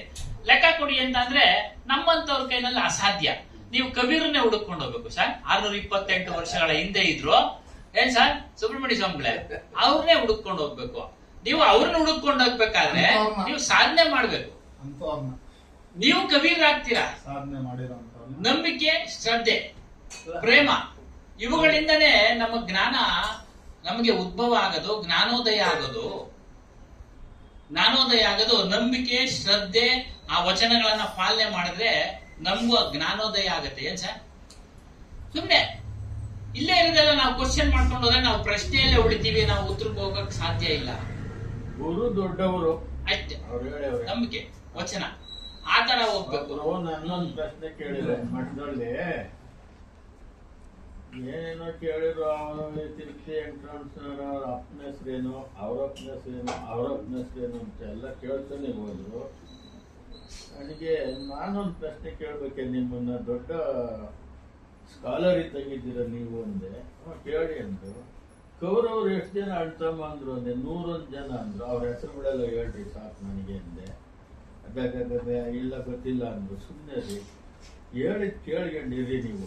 101 ಜನ ಅವರ, ಇನ್ನು 10 ಜನ ಹೆಚ್ಚು ಕಮ್ಮಿ ಅವರೇ. Don't worry. ಮೊನ್ನೆ ಒಬ್ಬರು ಪ್ರಶ್ನೆ ಮಾಡಿದ ಪ್ರಶ್ನೆಗೆ ಇದನ್ನ ನಾನು ಹೇಳಿದ್ದೀನಿ. ದಕ್ಷಿಣ ಆಫ್ರಿಕಾದ ಉಗಾಂಡ ಅಂತಕ್ಕಂಥ ದೇಶ ಏನಿದೆ, ಆ ಉಗಾಂಡ ಸೌತ್ ಆಫ್ರಿಕಾದಿಂದ ಸ್ವತಂತ್ರಗೊಂಡಾಗ ಇಡಿ ಅಮೀನ್ ಅಂತಕ್ಕಂಥ ಅವನು ಅಧ್ಯಕ್ಷ, ನರರೂಪ ರಾಕ್ಷಸ, ಮಾನವರ ರಕ್ತವನ್ನು ಕುಡಿತಿದ್ದಂತ ನರರೂಪ ರಾಕ್ಷಸ ಇಡಿ ಅಮೀನು. ಅವನ ಯುಗ ಅಂತ್ಯ ಆಗಿ ಅವನು ಹೋದ ಮೇಲೆ ಹೊಸ ಅಧ್ಯಕ್ಷನ ನಿಯುಕ್ತಿ ಮಾಡಿದ್ರು, ಘೋಷಣೆ ಮಾಡಿದ್ರು. ಆ ಮೊದಲನೇ ಅಧ್ಯಕ್ಷ ಇದ್ದ ಸಂದರ್ಭದಲ್ಲಿ ಶ್ರೀಮತಿ ಇಂದಿರಾ ಗಾಂಧಿ ಅವರು ಭಾರತ ದೇಶದ ಪ್ರಧಾನಮಂತ್ರಿ ಆಗಿದ್ರು. ಅವನು ಭಾರತ ದೇಶಕ್ಕೆ ಭೇಟಿ ಕೊಟ್ಟಾಗ ಅವನ್ನ ಇಲ್ಲಿಗೆ ಕರೆಸಿದಾಗ ಅವನ ಹೆಸರು ಹಾಕಿದ್ರು. ಅವನ ಪೂರ್ಣ ಹೆಸರನ್ನ ಬರೆದಿಟ್ಕೊಂಡೆ, ಮಗುಟು ಸೆಸೆ ಸೆಕೋ ಕುಕು ದೇಜವಾಜ ಬಾಂಗ ಅವನ ಹೆಸರು. ಒಂದ್ಸರಿ ಯಾರನ್ನ ಹೇಳಿ ನಾನು ಏನ್ ಬೇಕಿಲ್ಲ ನಮ್ಗೆ ಅವನ ಹೆಸರು. One man was in this world, he dead. Let his go away. ಆಮೇಲೆ ಲಾಸ್ಟ್ ಕೊನೆಗೆ ಇಂದಿರಾ ಗಾಂಧಿ ಏನ್ ಹೇಳುದು, ಅಷ್ಟುದ್ದ ಹೇಳ್ತಾ ಇರ್ಲಿಲ್ಲ. ವಾಂಗ ಬಂದಿಯಾರೆ ಅಂತ ಹೇಳೋದಷ್ಟೇ. ಅಂದ್ರೆ ಅವನ ಅಷ್ಟುದ್ದ ಹೆಸರು ಇರ್ಲಿಲ್ವಾ, ಇತ್ತು, ಹೇಳಕ್ ಬರ್ಲಿಲ್ಲ. ಅವೆಲ್ಲ ತಲೆ ಚಿತ್ತಾಗೋತದೆ ಸರ್. ಅವ್ರ ಹೆಸರುಗಳು, ಇವ್ರ ಹೆಸರುಗಳು 84 ಲಕ್ಷ ಜೀವರಾಶಿ ಅವೆ ಅಂತ ಗುರುಗಳು ಹೇಳವ್ರೆ. ನನ್ನ ಪ್ರಶ್ನೆ ಏನಂದ್ರೆ, ನಮ್ಗೆ ಸತ್ಸಂಗ ಗಟ್ಟಿ ಆಗ್ಬೇಕು ಅಂತ ಅಷ್ಟಕ್ಕೆ ಅದು ಸೀಮಿತ. ಇನ್ನು ಬೇರೆ ನಾವು ಚರ್ಚೆ ಮಾಡ್ಕೊಂಡು ನಾವು ಬೇಕಾಗಿಲ್ಲ. ಇದು ಗಟ್ಟಿ ಆಗ್ಬೇಕಾದ್ರೆ ಒಂದಷ್ಟು ಪ್ರಶ್ನೆ ಹಾಕೊಂಡ್ಬಿಟ್ರೆ, ಇದು ನನ್ಗೆ ಯಾರು ಬಂದು ಹೇಳಿದ್ರು ಇದು ನಾನು ನಂಬ್ತಾನೆ. ಇವಾಗ ಆ ಒಂದು ಗಟ್ಟಿಗೋಸ್ಕರ ಒಂದಷ್ಟು ಹೇಳೋದು. ಸರಿ, ಮುಂದಕ್ಕೆ ಹೋಗಿ ಸರ್. ಆದಿನಾಮ ಪರುಷಮಣಿ ಮನವು ಮಲಿನವಾದ ಕಬ್ಬಿಣ, ತಾಗದಿರುವುದು ಕಾಂಚನ, ತೊಲಗುವುದೇ ಮೋಹ ಬಂಧನ. ಈ ಪರುಷಣ ಮಣಿ ಅಂತ ಇತ್ತು, ಅದು ಇತ್ತು ಅಂತ ಹೇಳ್ತಾರೆ. ಅದಕ್ಕೆ ಕಬ್ಬಿಣ ತಾಗಿಸ್ಬಿಟ್ರೆ ಅದು ಕಾಂಚನ ಅಂದ್ರೆ ಚಿನ್ನ ಆಗ್ತಾ ಇತ್ತು. ಅದೇ ರೀತಿ ನಿನ್ನ ಮನಸ್ಸನ್ನ ಈ ಪರಶಮಣಿ ಅಂತ ರೀತಿ ಇರ್ತಕ್ಕಂತ ಅಂದ್ರೆ ಚಿನ್ನವನ್ನ ಮಾರ್ಪಾಡು ಮಾಡತಕ್ಕಂತ ಅಂದ್ರೆ ನಿನ್ನ ಜೀವನವನ್ನ ಕಲ್ಯಾಣಮಯವನ್ನಾಗಿ ಮಾಡತಕ್ಕಂತ ಗುರುವಿನ ಸಂಘ ಮಾಡಪ್ಪ. ಗುರುವಿನ ಸಂಘ ಮಾಡಿದಾಗ ನಿನ್ನ ಮನಸ್ಸು ಮಲಿನ ಆಗೋದಿಲ್ಲ. ಅಕಸ್ಮಾತ್ ಮಧ್ಯೆ ಆಯ್ತು ಅಂದ್ರೆ ಗುರು ಸ್ಮರಣೆ ಮಾಡು. ಗುರು ಸ್ಮರಣೆ ಅಲ್ಲಿಂದ ಅನೇಕ ವಚನಗಳು ಹೇಳ್ಕೊಂಡ್ ಬರ್ತಾ ಇದ್ದೀವಿ. ಸಾಕಷ್ಟು ಬೇಕಾದಷ್ಟಿದೆ ವಚನಗಳು. ನಾಮವೇ ನನ್ನ ತೊಲಗುವುದು ಮೋಹವನ್ನ. ಆವಾಗ ನಿನ್ಗೆ ಮೋಹ ಎಲ್ಲ ಕಳೆದೋಗುತ್ತೆ. ಸತ್ಯನಾಮ ದಿವ್ಯ ಔಷಧಿ, ಸದ್ಗುರು ಕೊಟ್ಟನು ಪ್ರೇಮದಿ, ಸೇವಿಸಿ ಪಥ್ಯವ ಮಾಡಲು ಗುಣ ಹೊಂದುವುದು ಭವವ್ಯಾಧಿ. ಇದನ್ನೆಲ್ಲ ಹೇಳಿದ್ವಿ. ಸತ್ಯನಾಮ ಅನ್ನೋದು ದಿವ್ಯ ಔಷಧಿನಪ್ಪ. ಅದನ್ನ ಸದ್ಗುರು ಕೊಡ್ತಾನೆ, ಪ್ರೇಮದಿಂದ ಕೊಡ್ತಾನೆ. ನೀನು ಸಮರ್ಪಣೆ ಮಾಡ್ಕೊಂಡು ಅದನ್ನ ನೀನು ಸೇವಿಸ್ಬೇಕು. ಅಂದ್ರೆ ಅದನ್ನ ಮನನ ಮಾಡ್ಬೇಕು. ಸೇವಿಸೋದು ಅಂದ್ರೆ ಪಥ್ಯ ಇರ್ಬೇಕು. ಅದಕ್ಕೆ ಇವಾಗ ಡಾಕ್ಟರ್ಗಳೆಲ್ಲ ಅದು ತಿನ್ಬೇಡಿ ಇದು ತಿನ್ಬೇಡಿ ಅಂತ. ಅದೇ ರೀತಿ ಅವ್ರೇನೇನ್ ಪಥ್ಯ ಹೇಳ್ತಾರೆ, ಮಾಂಸಾಹಾರ ಬಿಡು, ಮದ್ಯಪಾನ ಬಿಡು, ಧೂಮಪಾನ ಬಿಡು, ಆಮೇಲೆ ನಿನ್ನಲ್ಲಿರ್ತಕ್ಕಂಥ ಕಾಮ, ಕ್ರೋಧ, ಲೋಭ, ಮೋಹ, ಮದ, ಮತ್ಸರ, ರಾಗ, ದ್ವೇಷ ಇವುಗಳನ್ನೆಲ್ಲ ಬಿಟ್ಕೊಂಡ್ ಬಾ. ಆಗ ಅದೇನಾಗುತ್ತೆ, ಔಷಧಿ ಕೆಲಸ ಮಾಡುತ್ತೆ. ಔಷಧಿ ಕೆಲಸ ಮಾಡಿ ಈ ಭವರೋಗ, ಹುಟ್ಟು ಸಾವೆಂಬ ರೋಗ ವಾಸಿ ಆಗುತ್ತೆ. ಹೇಳಿ ಈಗ ಡಾಕ್ಟರ್ಗಳು ಕೆಲವರು ಎಲ್ಲ ನೀನ್ ಮಾಡಿದ್ರು ನಿನ್ ಆಯುಷ್ ಎಷ್ಟೈತೆ ಅಷ್ಟೇ ಟೆನ್ಷನ್ ತಗೊಂಬೇಡ, ಆರಾಮಾಗಿರೋ ಅಂತ ಹೇಳ್ತಾರೆ. ಕೊನೆಗೆ ಆ ಮಾತನ್ನು ಹೇಳ್ತಾರೆ. ಇವಾಗ ಇತ್ತೀಚೆಗೆ ನಿನ್ನೆ ಒಂದು ಪ್ರಸಂಗ, ಇವರು ಬಂದಿದ್ರು ರಾಮಸ್ವಾಮಣ್ಣವರು. 95 ವರ್ಷದ ಹನುಮಾನ್ ಸಾಹೇಬ್ರ ಶಿಷ್ಯರಾದ ಒಬ್ಬರು 95 ವರ್ಷದವ್ರು ಬಂದಿದ್ರು. ಇನ್ನೂ ಆಕ್ಟಿವ್ ಆಗಿದ್ದಾರೆ, ಓಡಾಡ್ತಾರೆ. ಅವ್ರು ಹೇಳಿದ್ರು, ನಾವೆಲ್ಲ ಹೇಳಿದ್ಮೇಲೆ, ಸತ್ಯನಾಮ ಇದೆಲ್ಲ ಹೇಳಿದ್ಮೇಲೆ ಅವರು ಮತ್ತೆ ಮೈಕ್ ತಗೊಂಡು ಹೇಳಿದ್ರು, ಏನು ನನಗೆ ಒಮ್ಮೆ ಗಂಟ್ಲು ನೋವು ಬಂದಿತ್ತು ಅಂತ. ಅವಾಗ ಗುರುಗಳು ಹೇಳಿದ್ರಂತೆ, ಹನುಮಾನ್ ಸಾಹೇಬ್ರು, ಸತ್ಯನಾಮ ಅಂತ ಹೇಳ್ಕೊಂಡು ಒಂದು ಲೋಟ ನೀರನ್ನು ಕುಡಿ, ಗಂಟ್ಲು ನೋವು ವಾಸಿ ಆಗುತ್ತೆ ಅಂತ. ಅಂದ್ರೆ ಅದಕ್ಕೆ ನೀವು ಶ್ರದ್ಧೆ ಇರ್ಬೇಕು, ಅದ್ರ ಮೇಲೆ ಭಕ್ತಿ ಇರ್ಬೇಕು. ಹೇಳಿದ್ರಲ್ಲ ಸ್ವಾಮಿ, ನಂಬಿಕೆ ನೋಡಿ. ಆ ನಂಬಿಕೆ ಕುಡಿದ್ರಂತೆ ವಾಸಿ ಆಯ್ತಂತೆ ಗಂಟಲು ನೋವು. ಅವ್ರಿಂದೊಂದು ಕವನ ಹೇಳಿರ್ ಸ್ವಾಮಿ, ತುಂಬಾ ಒಳ್ಳೆ ಕವನ ಬಿಡಿ. ಏನು, ಮತ್ತೆ ದೊರೆಯುವುದೇ ಮಾನವ ಜನ್ಮ, ಮತ್ತೆ ದೊರೆಯವನೇ ಗುರುವು ಅಂತ ಇನ್ನೊಂದ್ 2-3 ಸೆಂಟೆನ್ಸ್ ಹೇಳೋದು ತುಂಬಾ ಶ್ರೇಷ್ಠವಾದದ್ದು. ಮತ್ತೆ ದೊರೆಯೋದಿಲ್ಲ ಅಥವಾ ದೊರಿಬೇಕಾದ್ರೆ ಬಂದಂಗಾಯ್ತು ನಮ್ಗೆ ಇವಾಗ. ಹಾಗಾಗಿ ಹೇಳಿದ್ರು, ಅದೇನೆ ವಿಚಾರಗಳು ಎಲ್ಲ ಚೆನ್ನಾಗಿದ್ವು. ಹಾಗೆ ಅವ್ರು ಹೇಳಿದ್ರು, ಈ ವಿಚಾರ ಹೇಳಿದಕ್ಕೆ ಅವರು ಉದಾಹರಣೆ ಕೊಟ್ರು. ಅವರು 95 ವರ್ಷ ವಯೋಮಾನ ನಡ್ಕೊಂಡು ಅವರು ಕರ್ಕೊಂಡ್ ಬರ್ಬೇಕು, ಸ್ವಲ್ಪ ಮರುವು ಇದೆ. ಬಟ್ ಅಲ್ಲಿ ವಿಚಾರಗಳು ಆಗಲಿಂದ ಅವ್ರು ನೆನೆಸ್ಕೊಂಡು, ಅವರು ಆನೆಕಲ್ನವರು 35-40 ವರ್ಷ, 39 ವರ್ಷ ಆಗೋಯ್ತು ನಮ್ಮ ಅಪ್ಪ ಅವ್ರು ತಿರೋದು. ಅದಕ್ ಮುಂಚೆ ಎಷ್ಟು ದಿವಸದಿಂದ ಹಿಂದೆ ಅವರು ಸತ್ಸಂಗ ಕೇಳ್ತಾ ಇದ್ರು, ಅವೆಲ್ಲ ನಮ್ಗೆ ಮಾಹಿತಿ ಇಲ್ಲ.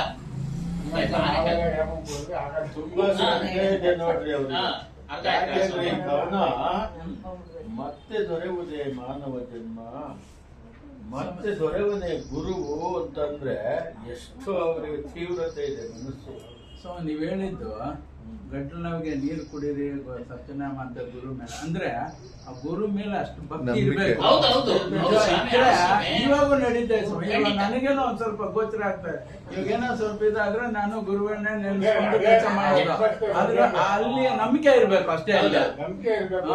ಇದು ಪದ್ಧತಿ ಅವ್ರು ಹೇಳಿದ ನಡ್ಕೊಳ್ಳೋ ಪದ್ಧತಿ ಇರ್ಬೇಕು.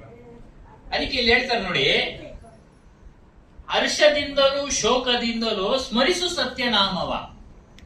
ನೀನ್ ಸುಖ ಇರೋವಾಗೂ ಸ್ಮರಿಸೋ, ದುಃಖ ಇರೋವಾಗೂ ಸ್ಮರಿಸೋ. ಹೇಗೆ ಬಿತ್ತಿದರೂ ಬೀಜಗಳು ಸಕಾಲದಿ ಕೊಡುವು ಫಲವ. ನೀನ್ ಬೀಜ ಬಿತ್ತಿದ ಮೇಲೆ ಅದಕ್ಕೆಲ್ಲ ಆರೈಕೆ ಮಾಡ್ತೀರಲ್ಲ, ಅದಕ್ಕೆ ಟೈಮ್ ಬೇಕು ಫಲ ಕೊಡಕ್ಕೆ. ಆಗ್ಲೇ ಮಾತಾಡ್ಕೊಂಡ್ ಬಂದ್ವಿ, ಕಲ್ಪವೃಕ್ಷ, ತೆಂಗಿನ ಮರನ ಕಲ್ಪವೃಕ್ಷ ಅಂತೀವಿ. ಅದು ಎಷ್ಟು ವರ್ಷಕ್ಕೆ ಫಲ ಕೊಡುತ್ತೆ? 5 ವರ್ಷದ ಮೇಲ್ಪಟ್ಟು. ಅನ್ಸೊಮ್ಮೆ 5 ವರ್ಷದ ಮೇಲ್ಪಟ್ಟು. ಅಲ್ಲಿವರೆಗೂ ಅದನ್ನ ಪೋಷಣೆ ಮಾಡ್ಬೇಕು ತಾನೆ ನಾವು. ಅದೇ ರೀತಿಯಾಗಿ ಸತ್ಯನಾಮ ಬೀಜವನ್ನ ಗುರು ಮೂಲಕ ಪಡ್ಕೊಂಡು ನೀನು ಹೃದಯದಲ್ಲಿ ಬಿತ್ತಪ್ಪ ಅಂದ್ರೆ ಮನನ ಮಾಡು, ಮನಸ್ಸಿನಲ್ಲಿ ಧಾರಣೆ ಮಾಡ್ಕೊಂಡು ಮನನ ಮಾಡು. ಮಾಡ್ತಾ ಇದ್ದಾಗ ಅದ್ರ ಜೊತೆಗೆ ಗುರುನ ಮರಿಬಾರ್ದು.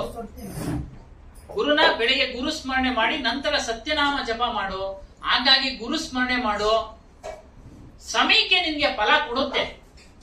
ಯಾವ ಸಮಯ ಅಂದ್ರೆ ಮರಣದ ಸಮಯದಲ್ಲಿ, ಮರಣದ ಸಮಯದಲ್ಲಿ ಖಂಡಿತ ಫಲ ಕೊಡುತ್ತೆ.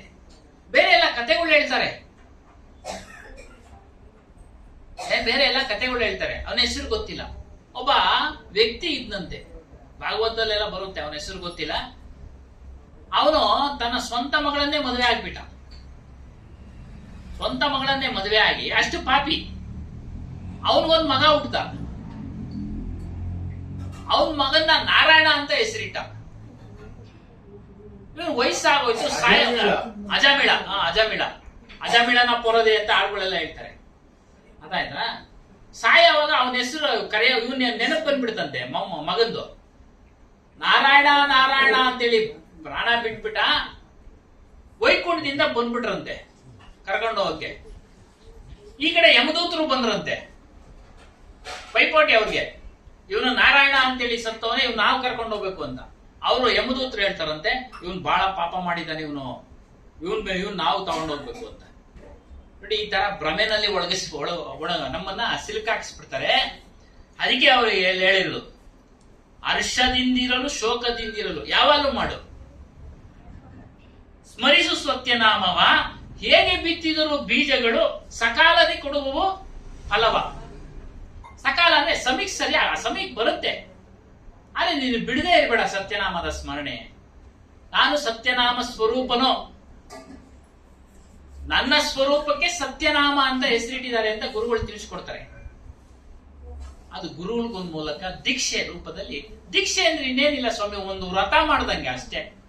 ಇವಾಗ ಶಿವರಾತ್ರಿಯಲ್ಲಿ ನಾವು ಊಟ ಮಾಡಲ್ಲ ಅಂತೇಳಿ ಅದು ಇದು ಫಲಹಾರ ಸೇವಿಸ್ತೀವಿ ಅಲ್ವಾ? ಊಟ ಅನ್ನ ತಿನ್ನಬಾರ್ದು, ಏಕಾದಶಿ ಇತ್ಯಾದಿಗಳಲ್ಲಿ ವ್ರತ ಮಾಡ್ತಾರೆ. ಅದು ವೈಜ್ಞಾನಿಕವಾಗಿ ಅದು ಯೋಚನೆ ಮಾಡಿ ಆಮೇಲೆ ಹೇಳಿದ್ರು, 15 ದಿನಕ್ಕೊಮ್ಮೆ ಮನುಷ್ಯ ಒಂದು ದಿನ ಪೂರ್ತಿ ನೀರನ್ನು ಫಲಹಾರವನ್ನು ಸೇವಿಸಿಕೊಂಡಿದ್ರೆ ಅವನ ದೇಹಕ್ಕೆ ಜೀರ್ಣಶಕ್ತಿ ಮತ್ತೆ ಪುನರಾವೃತ್ತಿ, ಅದು ಅಗೈನ್ ಉತ್ಪತ್ತಿಯಾಗಿ ಶಕ್ತಿಯುತವಾಗಿರುತ್ತೆ ಅಂತ. ಅದೇ ಕಾನ್ಸೆಪ್ಟ್ ಆರೋಗ್ಯದ್ದು. 15 ಅವರ್ ಉಪವಾಸ ಇರಬೇಕು ಅನ್ನೋದೇ ಕಾನ್ಸೆಪ್ಟ್ ಇವಾಗ ನಡೀತಾ ಇರೋದು. ಅದು ಎಲ್ರಿಗೂ ಒಳ್ಳೇದು, ಅದು ಮಾಡ್ರಿ ಅಂತ 15 ಡಾಕ್ಟರ್ ಹೇಳ್ತಾರೆ. ಹೆಚ್ಚಾಗಿ ತಿನ್ಬೇಡ್ರಿ ನೀವು, ಅರಗಲ್ಲ ನಿಮ್ಗೆ. ನಮ್ಗೇನೆ ಹೇಳಿದ್ರು ಮೊನ್ನೆ ಡಾಕ್ಟರ್ ಹತ್ರ, ಜೀರ್ಣ ಆಗ್ತಾ ಇದೆಯಲ್ಲ, ಸ್ವಲ್ಪ ಕಡಿಮೆ ಆಗಿದೆ ಸ್ವಾಮಿ, ಕಮ್ಮಿ ಮಾಡ್ರಿ, ಕಮ್ಮಿ ಆಗಿದೆ ಸ್ವಾಮಿ. ಹಗುರವಾದ ಆಹಾರ ತಗೊಳ್ರಿ, ಹಗುರವಾದ ಅರಗುವಂತ ಆಹಾರ ತಗೊಳ್ಳಿ. ಹೀಗೆ ನಾವೇನ್ ಮಾಡ್ಬೇಕು? ಸಕಾಲದಿ ಫಲವ ಕೊಡುವ. ಕೊಡ್ತಿದೆ ಫಲ. ಹೇಳಿ ಸ್ವಾಮಿ. ಇವಾಗ ನೀವು ಹೇಳಿದ್ರಲ್ಲ, ಈ ಕಡೆ ಸತ್ತೋಗಿರೋ ಬಾಡಿಗೆ ನಾರಾಯಣ ಅಂತ ಅವರು ಬಂದಿರ್ತಾರೆ ತಗೊಂಡೋಗೋದಕ್ಕೆ. ಇವ್ರು ಯಮದೂತನಂತೆ ಡೆಡ್ ಬಾಡಿ ತಗೊಂಡೋಗ ಬಂದಿರ ಇಲ್ಲ ಆತ್ಮನ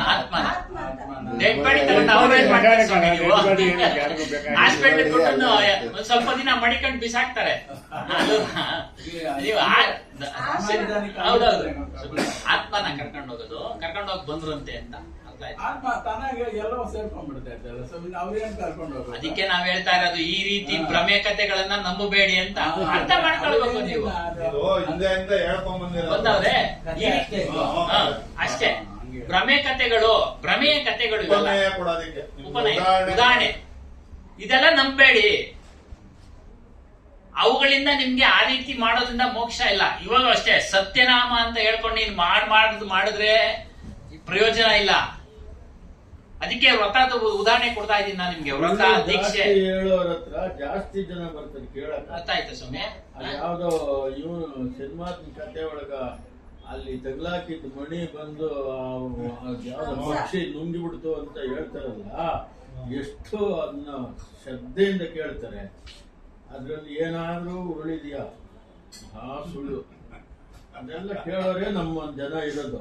ಇದನ್ನ ಕೇಳೋರು ಯಾರಿದ್ದಾರೆ ಅಂದ್ರೆ ಮನುಷ್ಯಾಣಂ ಸಹಸ್ರೇಶು, ಅಷ್ಟೇ, 1000 ಮನುಷ್ಯರಲ್ಲಿ ಒಬ್ಬರು. ಸತ್ಯನಾಮವ ಜಪಿಸುತ್ತಾ ಧ್ಯಾನಿಸಿ ಅನ್ಯನೇವ ದಾಸನು. ಮಿಥ್ಯೆ ಚಿಂತನೆ ಮಾಡುತ್ತಾ ಕಾಲವಶನಾಗುವ ಮೂರ್ಖನು. ನೋಡಿ ನಾವ್ ಹೇಳಿದ ಉದಾಹರಣೆ ಅಲ್ಲಿ ಹೇಳ್ತಾ ಇದಾರೆ, ಸತ್ಯನಾಮ ಜಪಿಸ್ತ ನೀವು ಮಿಥ್ಯೆ ಚಿಂತನೆ ಮಾಡಬಾರ್ದು. ಸತ್ಯನಾಮ ಮೇಲೆ ಹೇಳ್ತಾ ಇದ್ದೀರಾ, ಒಳಗಡೆ ಎಲ್ಲ ಮಿಥ್ಯೆ ಸುಳ್ಳಿನ ಚಿಂತನೆ ಮಾಡ್ತಾ ಇದ್ದೀರಾ, ಕಾಮ ಕ್ರೋಧ ಮೋಹ ಮೊದಲಾದಿಗಳ ಚಿಂತನೆ ಮಾಡ್ತಾ ಇದ್ದೀರಾ. ಅವನು ಮೂರ್ಖನಾಗ್ತಾನೆ, ಕಾಲವಶನಾಗ್ತಾನೆ, ಅವನಿಗೆ ಬಿಡುಗಡೆ ಇಲ್ಲ ಅಂತ.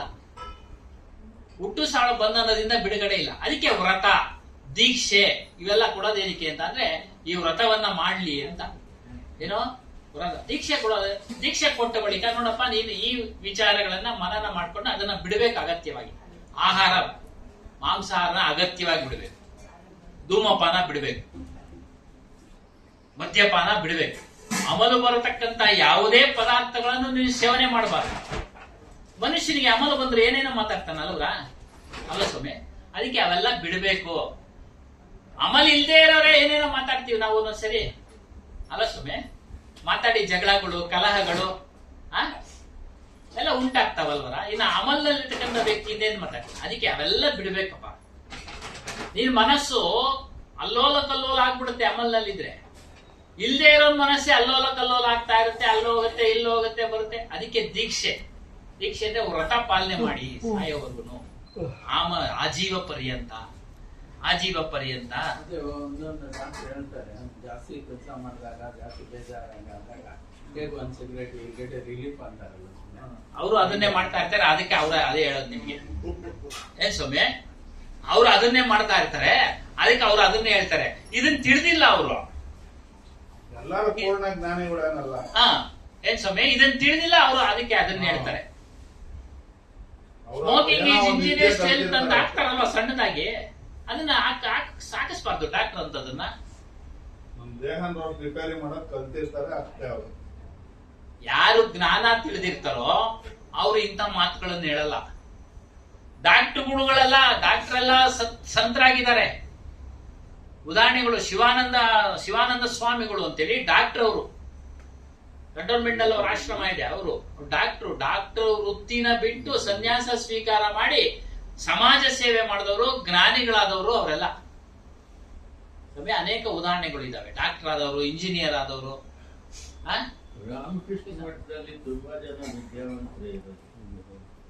ಹಾಗಾಗಿ ಎಲ್ಲಿಂದ ಬಂದವರು ನೀವು ಗೊತ್ತಾ? ನಾವ್ ಎಲ್ಲಿಂದ ಬಂದ್ವಿ ಅಂತ ಇಲ್ಲ.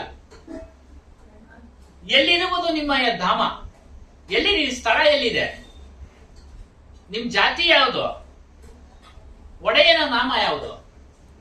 ನೋಡಿ, ಇದನ್ನ ತಿಳಿಯಕ್ಕೆ ಸತ್ಸಂಗಕ್ಕೆ ಬರ್ಬೇಕು. ನಾವೆಲ್ಲಿಂದ ಬಂದ್ವಿ, ಏತಿಕ್ಕಾಗಿ ಬಂದ್ವಿ, ಹೇಗ್ ಬಂದ್ರು ಅನ್ನೋದು ಎಲ್ಲಾರು ಹೇಳ್ತಾರೆ. ಅಪ್ಪ ಅಮ್ಮನಿಂದ ಬಂದ್ವಪ್ಪ ನಾವು ಅಂತ. ಅದಕ್ಕೆ ಮೊದ್ಲು ಎಲ್ಲಿದ್ವಿ? ಮುಂದೆ ಸತ್ತ ಮೇಲೆ ಎಲ್ಲಿ ಹೋಗ್ತೀವಿ ಅಲ್ವರ? ಇದನ್ನೆಲ್ಲ ತಿಳಿಯಕ್ಕೆ ಸತ್ಸಂಗ. ನೆನ್ನೆ ಅದೇ ಹೇಳಿದ್ದು. 9 ನಿಮ್ಮ ಉದಾಹರಣೆ ಕೊಡ್ತೀನಿ ನಾನು. ಅಲ್ಲಿ ಸದಾಶಿವಪ್ಪನವರು ಅಂತ ಒಬ್ರವ್ರೆ, ಅವರು ಪ್ರಶ್ನೆ ಕೇಳ್ತಾ ಇರ್ತಾರೆ. ಮೊನ್ನೆ ಒಂದು ಪ್ರಶ್ನೆ ಕೇಳ್ಬಿಟ್ರು ಉಸಿರಾಟದ ಬಗ್ಗೆ. 9 ದ್ವಾರಗಳಿದಾವೆ, ಮೂಗಿನಿಂದನೇ ಯಾಕೆ ತಗೊಬೇಕು? ಅಲ್ಲಿ ನಾನು ಉದಾಹರಣೆ ಕೊಟ್ಟೆ. ಯಾರೋ ಹುಡುಗರು ಗುದದ್ವಾರದಿಂದ ಏರ್ ಪಂಪ್ ಹೊಡೆದ್ರು, ಅವನು ಪಟ್ ಅನ್ಬಿಟ್ಟ. ಎಲ್ಲಿಂದ ಹೇಗೆ ಸಹಜವಾಗಿ ನಾವು ಗಾಳಿನ ತೆಗೆದುಕೊಳ್ಬೇಕೋ ಅಲ್ಲಿಂದನೇ ತೆಗೆದುಕೊಳ್ಬೇಕು. ಇವೆಲ್ಲ ಬಿಡೋಂತ ಜಾಗ, ಗಾಳಿನ ಬಿಡೋಂತ ಜಾಗ. ಇವಾಗ ಸ್ಮೋಕಿಂಗ್ ಮಾಡ್ತಾರೆ. ಆಶ್ಚರ್ಯ ಅಂದ್ರೆ ಇವಾಗ 9 ತೂತ್ಗಳವೆ ಅಂತೀರ, ಒಂತಾವು ಎಲ್ಲೂ ರಕ್ತ ನೀರು ಬರಲ್ಲ. ಉಯ್ದ್ರೆ ಬೇರೆ ಕಡೆ ಎಲ್ಲ ರಕ್ತ ಬರ್ತದೆ. ನೋಡಿ ಏನ್ ಜ್ಞಾನಿಗಳು ನೋಡಿ ಸರ್, ಎಲ್ಲೂ ಬರಲ್ಲ. ಅಷ್ಟು ತೂತಿದ್ರು ಎಲ್ಲೂ ಬರಲ್ಲ. ಸಿಗರೇಟ್ ಸೇದವ್ರು ಮೂಗ್ನಲ್ಲಿ ಬಿಡ್ತಾರೆ, ಬಾಯಿನಲ್ಲಿ ಬಿಡ್ತಾರೆ, ಕಿವಿನಲ್ಲಿ ಬಿಡ್ತಾರೆ. ಏನ್ ಸ್ವಾಮಿ ಹಿಂಗದು ಅಲ್ಲಿ ಬರ್ಬೋದಾಯ್ತಲ್ಲ. ನೋಡಿ ಬಿಡೋದು ಇವೆಲ್ಲ ಹೊರಗಡೆ ಬರೋಂತ ಜಾಗ. ತಗೊಳೋದ್ ಮಾತ್ರ ನೀವು ಮೂಗಿನ ಮೂಲಕನೇ ತಗೊಳ್ಬೇಕು. ಅದನ್ನ ಉದಾಹರಣೆ ಕೊಟ್ಟೆ. ನೋಡಿ ಈ ವಿಚಾರಗಳೆಲ್ಲ ಯಾರೋ 9 ರಂಧ್ರ ಅಂದ್ರು ವಿಚಾರಗಳಲ್ಲಿ. ಆ 9 ರಂಧ್ರಗಳು ಯಾವುದು? ದೇಹ ಹೆಂಗಾಯ್ತು? ಇದ್ರಲ್ಲಿ ಪಂಚಕೋಶಗಳಿದೆ. ಅನ್ನಮಯ ಕೋಶ, ಪ್ರಾಣಮಯ ಕೋಶ, ಮನೋಮಯ ಕೋಶ, ಕರ್ಮೇಂದ್ರಿಯಗಳಿವೆ, ಜ್ಞಾನೇಂದ್ರಿಯಗಳಿವೆ. ಇವುಗಳನ್ನೆಲ್ಲ ತಿಳಿಯಕ್ಕೆ ಸತ್ಸಂಗ ಮಾಡ್ಬೇಕು. ಇವುಗಳಲ್ಲಿ ನಾನು ಇದೀನಾ ಇಲ್ವಾ ಒಂದೇ ದಿನಕ್ಕೆಲ್ಲ ತಿಳಿಯಕ್ಕೆ ಸಾಧ್ಯ ಇಲ್ಲ. ಇದು ಪ್ರಕೃತಿನ ಮನುಷ್ಯ ಎಲ್ಲ ಪ್ರಾಣಿಗಳನ್ನ ರಚನೆ ಮಾಡಿರ್ತಕ್ಕಂಥ ಇಲ್ಲಿ ಮೂಗಲ್ಲೇ ಇದು ಮೂಗು, ಇಲ್ಲಿ ಕಣ್ಣು ಹಿಂಗೆ ಇರೋದಂಥದ್ದು. ಇಲ್ಲಿ ಆತ್ಮ ಸೃಷ್ಟಿ ಮಾಡಿರ್ತಕ್ಕಂಥದ್ದು ಆತ್ಮ ಪುರುಷನ ಇಲ್ಲ ಅದಕ್ಕೆ ಬೇರೆ ಭಗವಂತ, ಇವಾಗ ಭಗವಂತನ ಸೃಷ್ಟಿ ಅಂತ ನಾವ್ ಹೇಳ್ತೀವಿ, ಅದಕ್ಕೆ ಭಗವಂತ ಏನಾದ್ರು ಇದ್ದಾರೆ? ಯಾವ ಭಗವಂತನೂ ಇಲ್ಲ ಸ್ವಾಮಿ. ಹೇಳಿ, ಇವನು ಜಡಭರತನ ಕಥೆ ನಮ್ಗೆ ನಾನು 2-3 ಸರಿ ಹೇಳಿದೀನಿ, ಅದನ್ನ ನೆನಪು ಮಾಡ್ಕೊಳ್ಬೇಕು, ನೀವು ಮನನ ಮಾಡ್ಬೇಕು. ನಮ್ಮ ವಾಸನೆ ಅಂದ್ರೆ ನಮ್ಮ ಆಸೆ, ನಾವು ನಮ್ಮ ಮರಣದ ಸಮಯದಲ್ಲಿ ಯಾವುದ್ರ ಮೇಲೆ ಆಸೆ ಇಟ್ಕೊಂಡು ನಾವು ನಮ್ಮ ಮರಣ ಆಗುತ್ತೋ ಅದರಂತೆ ನಮ್ಮ ಜೀವನ. ಯಾರು ನಿಮ್ಗೆ ಜೀವನ ಸೃಷ್ಟಿ ಮಾಡಲ್ಲ. ಅದಕ್ಕೆ ಹೇಳ್ತಾರೆ ಮನುಷ್ಯ ಇಂದಿನ ಸಂಸ್ಕಾರದಂತೆ ಗರ್ಭದಲ್ಲಿ ತನ್ನ ರೂಪವನ್ನ ತಾನೇ ಸೃಷ್ಟಿ ಮಾಡ್ಕೊಳ್ತಾನೆ ಅಂತ. ತನ್ನ ರೂಪವತಿ ನೋಡಿ ಸತ್ತೋಗ್ಬಿಟ್ಟು ಹೆಣ್ಮಗಳು ಮುಂದಿನ ಜನ್ಮದಲ್ಲಿ ರೂಪವತಿಯಾಗಿನೇ ಹುಟ್ಟುತ್ತಾಳೆ. ಅದಕ್ಕೆ ಜಡಭರತನ ಕತೆ ಉದಾಹರಣೆಗಳು ಅವೆಲ್ಲ. ಒಂದು ಉದಾಹರಣೆ ನಡೆದಿರತಕ್ಕಂತ ಕಥೆಗಳು.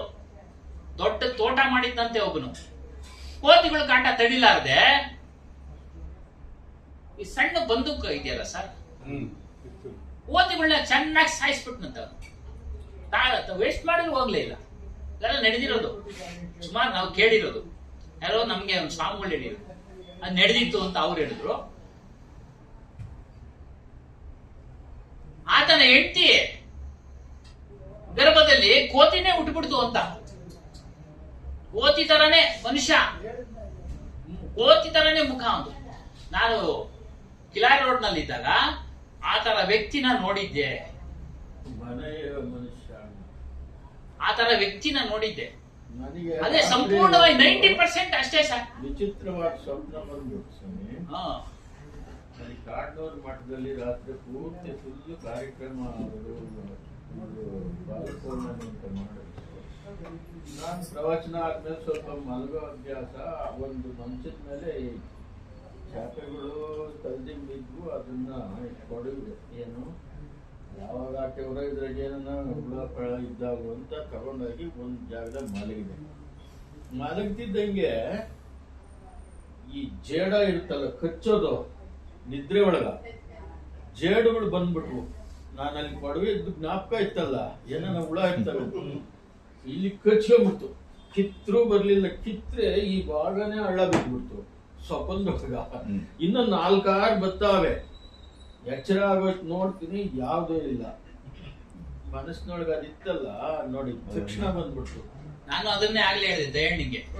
ನಾನು ರಿಟೈರ್ಡ್ ಆಗಿ 6 ವರ್ಷ ಆಯ್ತು. ಈಗಲೂ ಸಹ ಕೆಲಸ ಮಾಡಿದ ವಿಚಾರಗಳು ಕನಸಿಗೆ ಬರ್ತಾ ಇದಾವೆ ಅಂತ.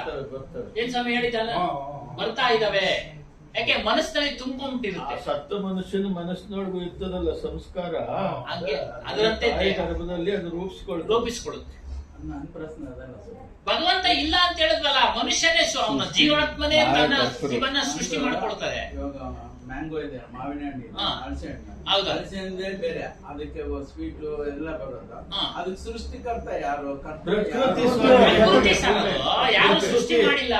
ಇವಾಗ ಹೇಳಿದ್ರಲ್ಲ, ನೀವು ಬರಕ್ ಮುಂಚೆ ಹೇಳಿದ್ವಿ, ನೀನ್ ಯಾವ್ದು ರೀತಿಯ ಬೀಜ ಬಿತ್ತುತ್ತೀಯೋ ಬೆಳೆ.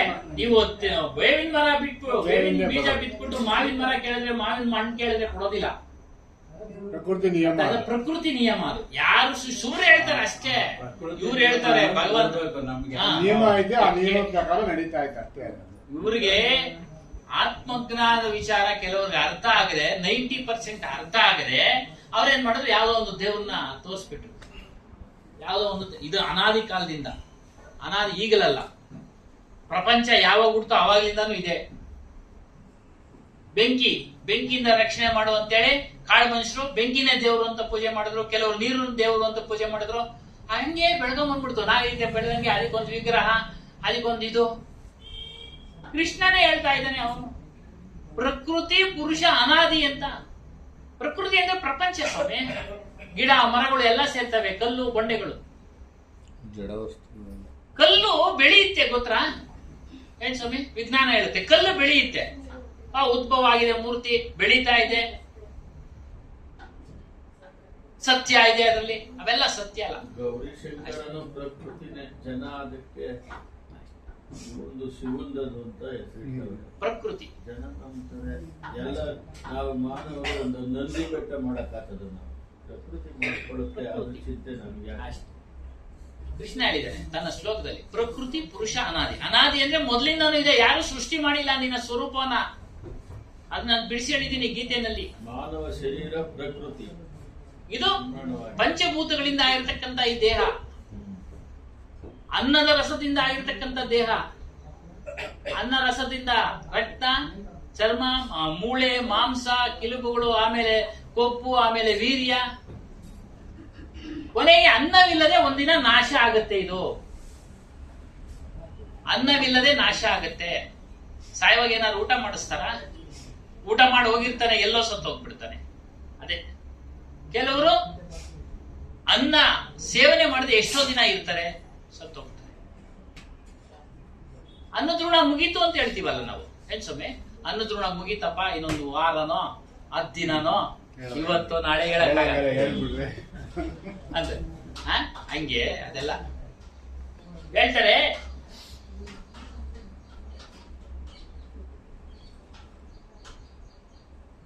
ಗುರುವಿನ ಶಬ್ದ ಒಂದಕ್ಕೆ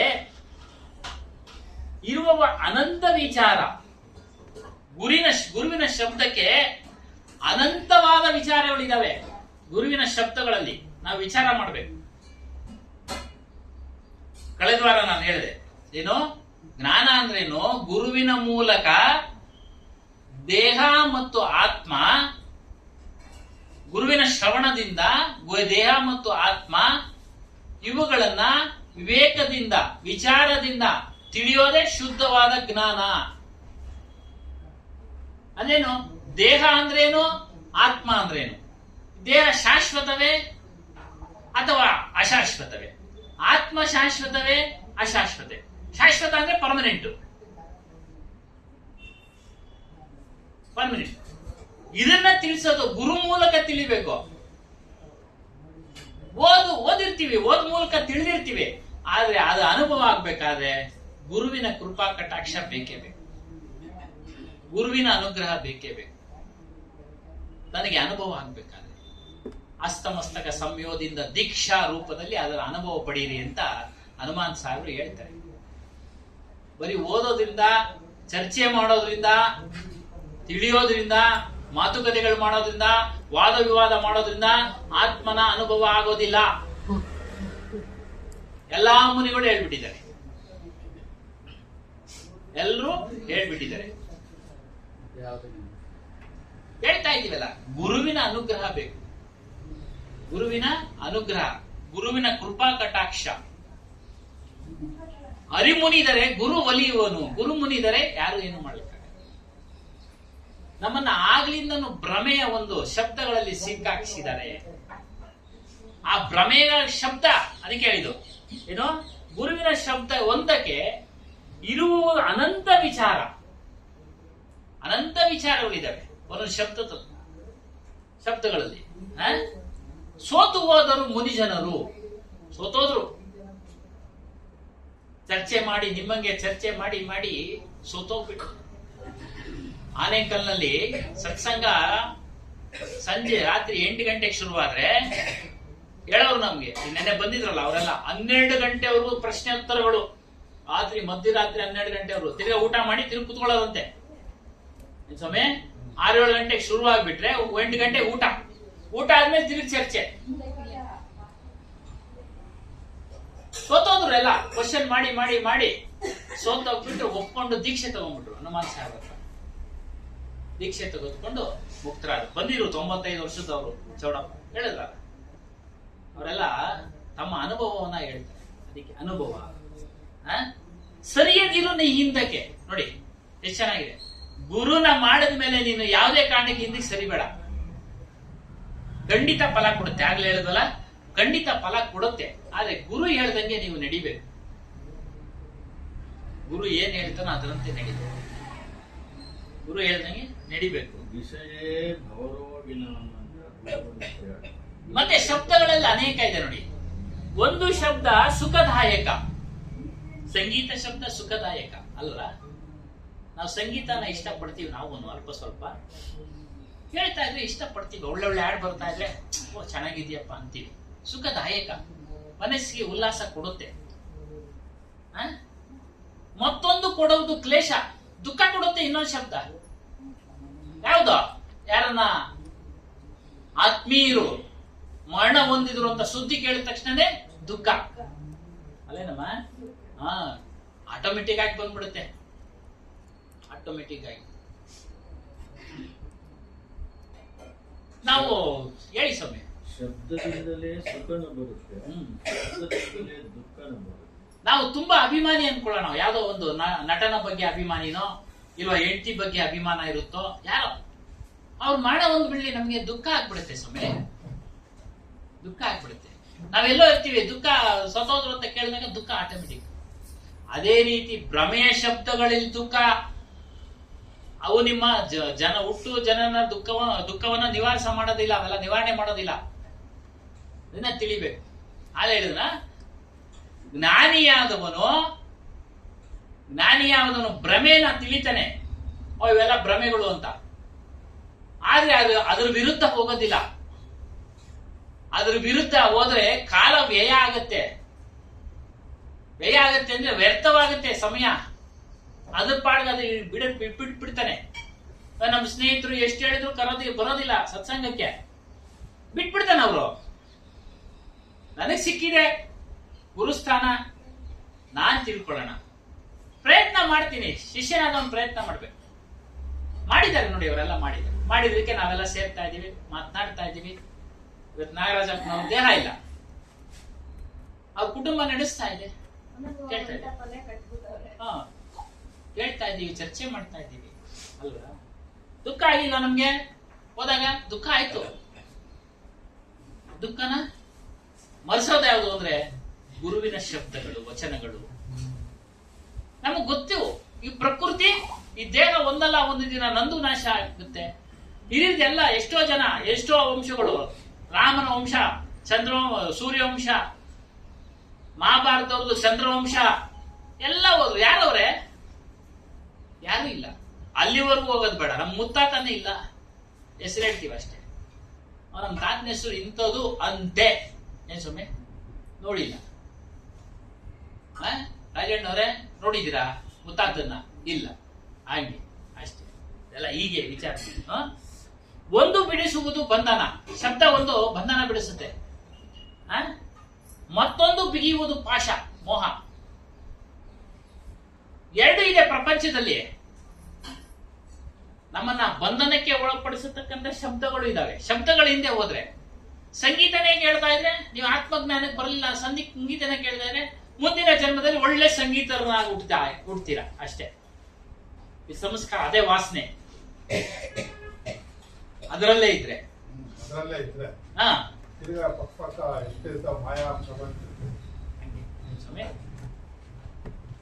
ಬಂಧನ ಬಿಡಿಸೋ ಶಬ್ದ ಯಾವುದು ಅಂದ್ರೆ ಸತ್ಯನಾಮ, ಆತ್ಮ, ಗುರುವಾಣಿ, ಇವೆಲ್ಲ ಶಬ್ದಗಳು ಬಂಧನ ಬಿಡಿಸುತ್ತವೆ.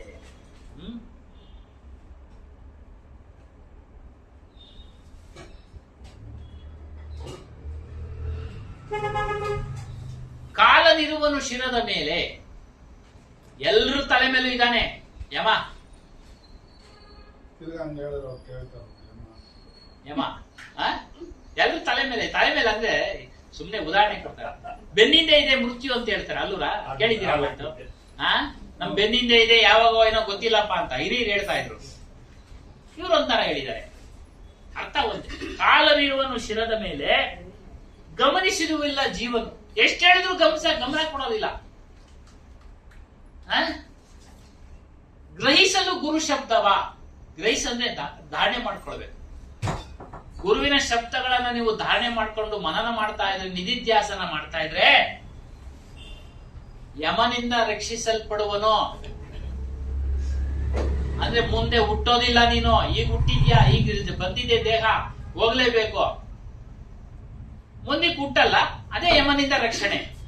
ಹುಟ್ಟಿದ್ರಲ್ವಾ ಸಾವು, ಯಮನ್ ಕೈಗೆ ಸಿಗೋದು. ಇದು ಹೋಗ್ಲೇಬೇಕು. ಅವಾಗ ಯಮ ಯಾರು ಅನ್ನೋದು ತಿಳಿಸ್ಕೊಡ್ತಾರೆ ಗುರು. ಯಮ ಯಾರಪ್ಪ ಅಂದ್ರೆ ನಿನ್ ಮನಸ್ಸು. ಅದೇ ಬಂಧನ ಮಾಡ್ತಾ ಇರೋದು. ಬೇರೆ ಎಮ್ಮೆ ಮೇಲೆ ಕುತ್ಕೊಂಡು ಪಾಶ ಇಟ್ಕೊಂಡು ಬರೋನಲ್ಲ. ಸ್ವಾಮಿಗಳು ತಮಾಷೆ ಮಾಡೋರು ಹನುಮಾನ್ ಸಾಹೇಬ್. ಆಹಾ ಎಂತ ವಾಹನ ಕೊಟ್ಟವರಪ್ಪ ಅವನಿಗೆ ಅಂತ. ಅರ್ಥ ಆಯ್ತಾ? ನೋಡಿ ಎಷ್ಟು ಶಾರ್ಪ್ ಆಗಿ ಕೇಳ್ತಾಳೆ. ಎಮ್ಮೆ ಎಷ್ಟು ಸ್ಪೀಡ್ ಆಗಿ ಓಡುತ್ತೆ ಸ್ವಾಮಿ? ಹಾ, ಏ ನಿಧಾನಕ್ಕೆ ಬಂದ್ರೆ ಬೈತಾರೆ. ಎಮ್ಮೆ ಬಂದಂಗ್ ಬರ್ತಾ ಇದೆಯಲ್ಲ ನೀನು ಅಂತ. ಹೇಳಿ ಹೇಳಿ ಹೆಸರು ಅದು ಒಳ್ಳೆ ಹೆಸರಿದ್ದಂಗೆ ಮಾತಾಡ್ತಾರೆ. ಬೆಳಿಗ್ಗೆ ಎದ್ದ ತಕ್ಷಣ ಎಮ್ಮೆ ಮಕ್ಕ ನೋಡ್ಬೇಡ ಅಂತಾರೆ ಕೆಲವರು. ಎಂತ ಅದು ಹಾಲು ಕೊಡೋ ಅಂತದ್ದು ಎಮ್ಮೆಯನ್ನ. ಅದು ಬಿಡಿ, ಅದು ವ್ಯಾವಹಾರಿಕ ಶಬ್ದ. ವ್ಯಾವಹಾರಿಕ ಶಬ್ದ. ನಾವು ಆಧ್ಯಾತ್ಮ ವಿಚಾರ ಮಾಡ್ತಾ ಇದೀವಿ, ಆಧ್ಯಾತ್ಮದ ವಿಚಾರ ಮಾತಾಡ್ತಾ ಇದೀವಿ. ಆಧ್ಯಾತ್ಮದ ಕಡೆ ಗಮನ ಕೊಡೋಣ. ಅದೇ ಶಬ್ದಗಳು. ಯಾಕೆ ಹೇಳಿದ್ರು ಆ ಮಾತು ಅಂದ್ರೆ, ಎಲ್ಲರ ಪ್ರಾಣವನ್ನ ತೆಗೆದುಕೊಂಡು ಹೋಗ್ತಾನಂತೆ ಬಂಧು ಯಮ ಅಂತ ಹೇಳ್ತಾರಲ್ಲ.